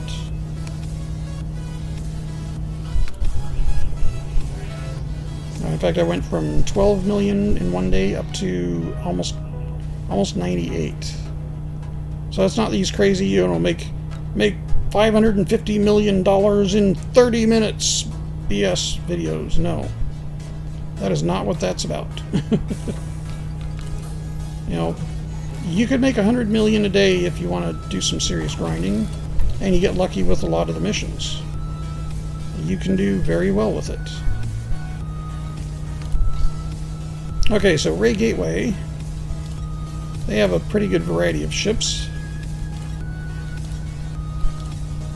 Okay, so Diamondback Scout. It's kind of a comparison. So normally it's around, in most systems, it's about 600,000. This is 479. So you get a 15% discount at any of these systems. 4.1 here for the Vulture. I've seen it for 4.8 other places. Asp Explorer, 5.6. That's 6.9 in some places. Yeah, and the prices just keep going up. Oh yeah, here's a good one. Python, which is another outstanding ship. But it's not as maneuverable because they nerfed it. But it can be outfitted for really very good combat, and also it's a great multi-role ship. It has a lot of slots available. It's probably my favorite ship in the game. Even though I've got the Anaconda, the Python, I always go back to the Python. Okay, so, oh, by the way, 50, that's 56 million in most places. It's 48 here. Type 9, don't worry about that. Anaconda, 124,000 here. It's at least 128 other places. I've seen it even higher than that. I've seen it almost 140 some places. Federal Corvette. Yeah. That's a decent discount, but I can't buy it yet. I don't have the rank for it.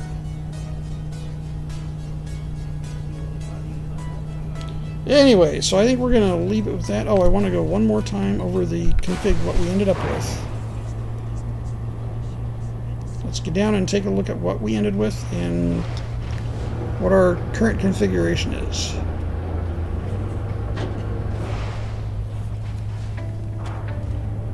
And we'll do that, and then we'll wrap up the stream.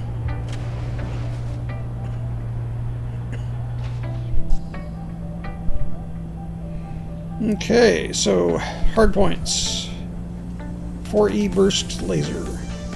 Does alright. I would rather have the pulse laser with a continuous fire, but it seems to do decent damage. So I'll get it engineered later. I'll tweak it a little bit. I'll find out just what really will work the best there. Okay, we've got a 2B missile launcher, which I haven't even played with. 6-round launcher. It's all seeker missiles. You know, I've heard they do pretty well. I haven't played with them as much, so we're going to try it out later.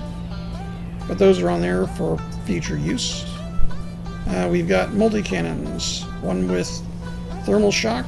We got 3 2F multi-cannons, all gimbaled. We've got one with, or we got rapid fire mod on, or sorry. Yeah, we got rapid fire on these. Okay, I gotta go look at the modification again. Corrosive shell, yeah, rapid fire modification, and this one has corrosive shell. We have 2 with corrosive shell, we have 1 with thermal shock. Corrosive shell weakens the armor as it hits it. Thermal shock, there's the option here. So basically, it's designed to basically heat up an enemy. As the more you hit them, the hotter they get. So it adds heat to shields and to the hull. That's a good way to do thermal damage. So I mean, even if their shields aren't down, it'll do thermal damage to the shields. So that's part of the reason why I like that on there. We're going to leave that mod on there. And then the last one is another corrosive shell. So that's our hard points. And, you know, those are grade 4, so we have room for improvement on the hard points. Utility mounts. Currently, I've got 1 shield booster. I think I'm gonna increase that to 2. Kill warrant scanner, I want to leave that on there because this is my bounty hunting ship. Probably going to take off one of the heatsink launchers. Change that out. But I have a booster that's already got engineered for resistance. Thermal resistance, so I'm going to swap that out when I get it back to my home base, which is in Moralang. And of course I've got 2 point defense, and I can get rid of one of the point defense, and that'll still protect from missiles coming in. So I get rid of one of the point defense. Probably the shield booster would be a better option to swap it with, and that way I can keep the 2 heat sinks. Because each heatsink only gives me, what, 2 launches? 2 heatsinks apiece? Yeah, I get 2 ammo in each one, so that gives me 4 heatsinks to use, and I plan on putting a shield charger in it. So that'll help with the heatsinks will be required. Okay, core internals. We've got military grade composite. We got a 6A power plant, 5A thrusters, 4A frameshift drive, 4B life support. That'll get a little lighter if I do an A. 5A power distributor, and 4D sensors. Don't care about the sensors, upgrading those too much. Optionals. Currently we have a 5C bi-weave shield, which does okay, but I think I'd rather do a 5A in there and get more, instead of faster shield recharge, get more shield capacity. Because using the shield, charging up with the shields, I can use the booster to get them charged up faster once I put that in. Currently we have a 3A fuel scoop. That's just so we can move it around right now. And when we get a little further along, then, like I said, you know, that's going to be modular, probably module reinforcement going in there. Actually, let's see what we can do right now. Can we get a 5A shield in here? Like I said, the bi-weaves charge faster, but we can only go up to a B. I'd rather keep the bi-weaves in the B. The bi-weaves recharge faster, but you give up some of your shield strength. So they also break faster. The only good thing is once your shields do recover from breakage, they charge up much faster. Alright, so we got a 2B frameshift drive interdictor, which I still need to get back in tune with using. That would be much, much better. Alright, Got an advanced discovery scanner. If we're going to have one, might as well do an advanced or a basic. That way we can at least make some money while we're going through systems we don't know. Standard docking computer. Alright, so put that in there so I can just relax after doing combat. And just enjoy the ride into the station. And we got a planetary approach. Plus these are 2 small spots where you can't really do much else. And, well, I guess I could put the interdictor here and I could move maybe like the scanner down this one, but still want the docking computer. Like I said, the fuel scoop, we're not going to worry about right now. That's only until I get it where I'm going, and then I'll be able to put, I've got 4A module reinforcements and hull reinforcements. I can put one of those in here for it to add the extra durability. Probably be the module reinforcement instead of the hull reinforcement. That's our basic setup. And of course, livery, we've got the, we got the black paint job. Oh, we need a name. So we got the, this is the Black Friday paint job. If we do it without the paint job, let's remove the paint job back to the default colors. It looks okay, but I don't know. I like the Black Friday paint job. So we're going to put that back on there. Yeah, I like that. Okay, so we've got the mercenary skulls. Just to let people know, hey, we're guns for hire. Those are not the pirate skulls. The pirate skull has one eye bigger than the other. Those are the mercenary skull. Okay, we have currently no ship name. Now, I've named the Python Medusa because all the guns kind of pop out. It looks subtle and then all of a sudden it gets ugly. All the guns pop out of it and it does a lot of damage. So that name's already taken. The vulture I named Ghost Pepper because it's small and spicy.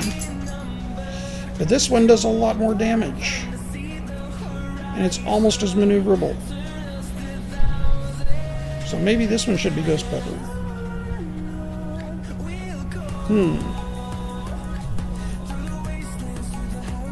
Or I just call it Shredder. That's probably more appropriate because so I named the stream.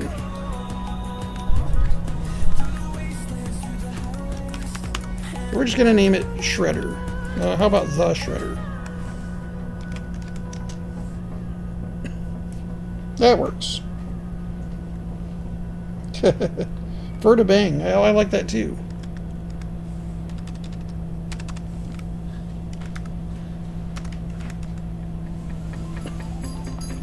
How about the Fer-De-Shredder? Like I named the video. Yeah, but I think I like that name because that's more or less what the multicannons do. So let's go with that for now.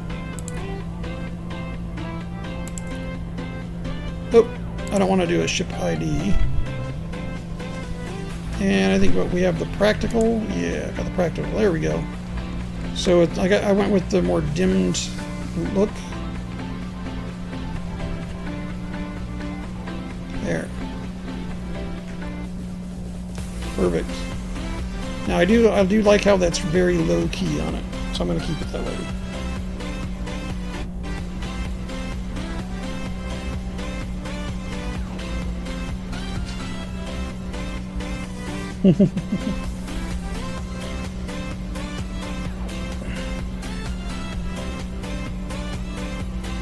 Hello, BlackRock 215. How you doing? Hello.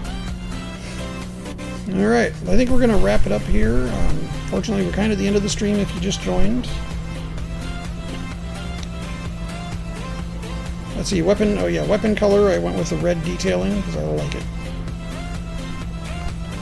All right, we're going to wrap it up here, and I think we're going to call the stream since that's pretty much the layout. And we've done what we came to do today.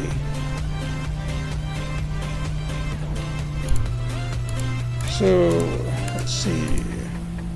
There we go. It's a nice view to end with.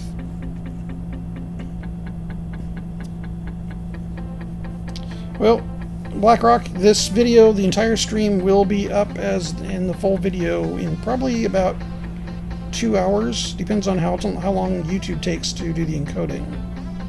So this will be uploaded as a video as soon as YouTube has it ready. Look for it in about 2 hours, and you can catch the rest of the stream there. Apologize that you got here late, but we have been going for about 3.5 hours, so probably time to wrap it up. Anyway, everybody have a great evening. Thank you again, everybody that joined. Like it if you liked it, dislike it if you didn't, and comment if that's not good enough. Fly safe, and we'll see you out there in the darkness.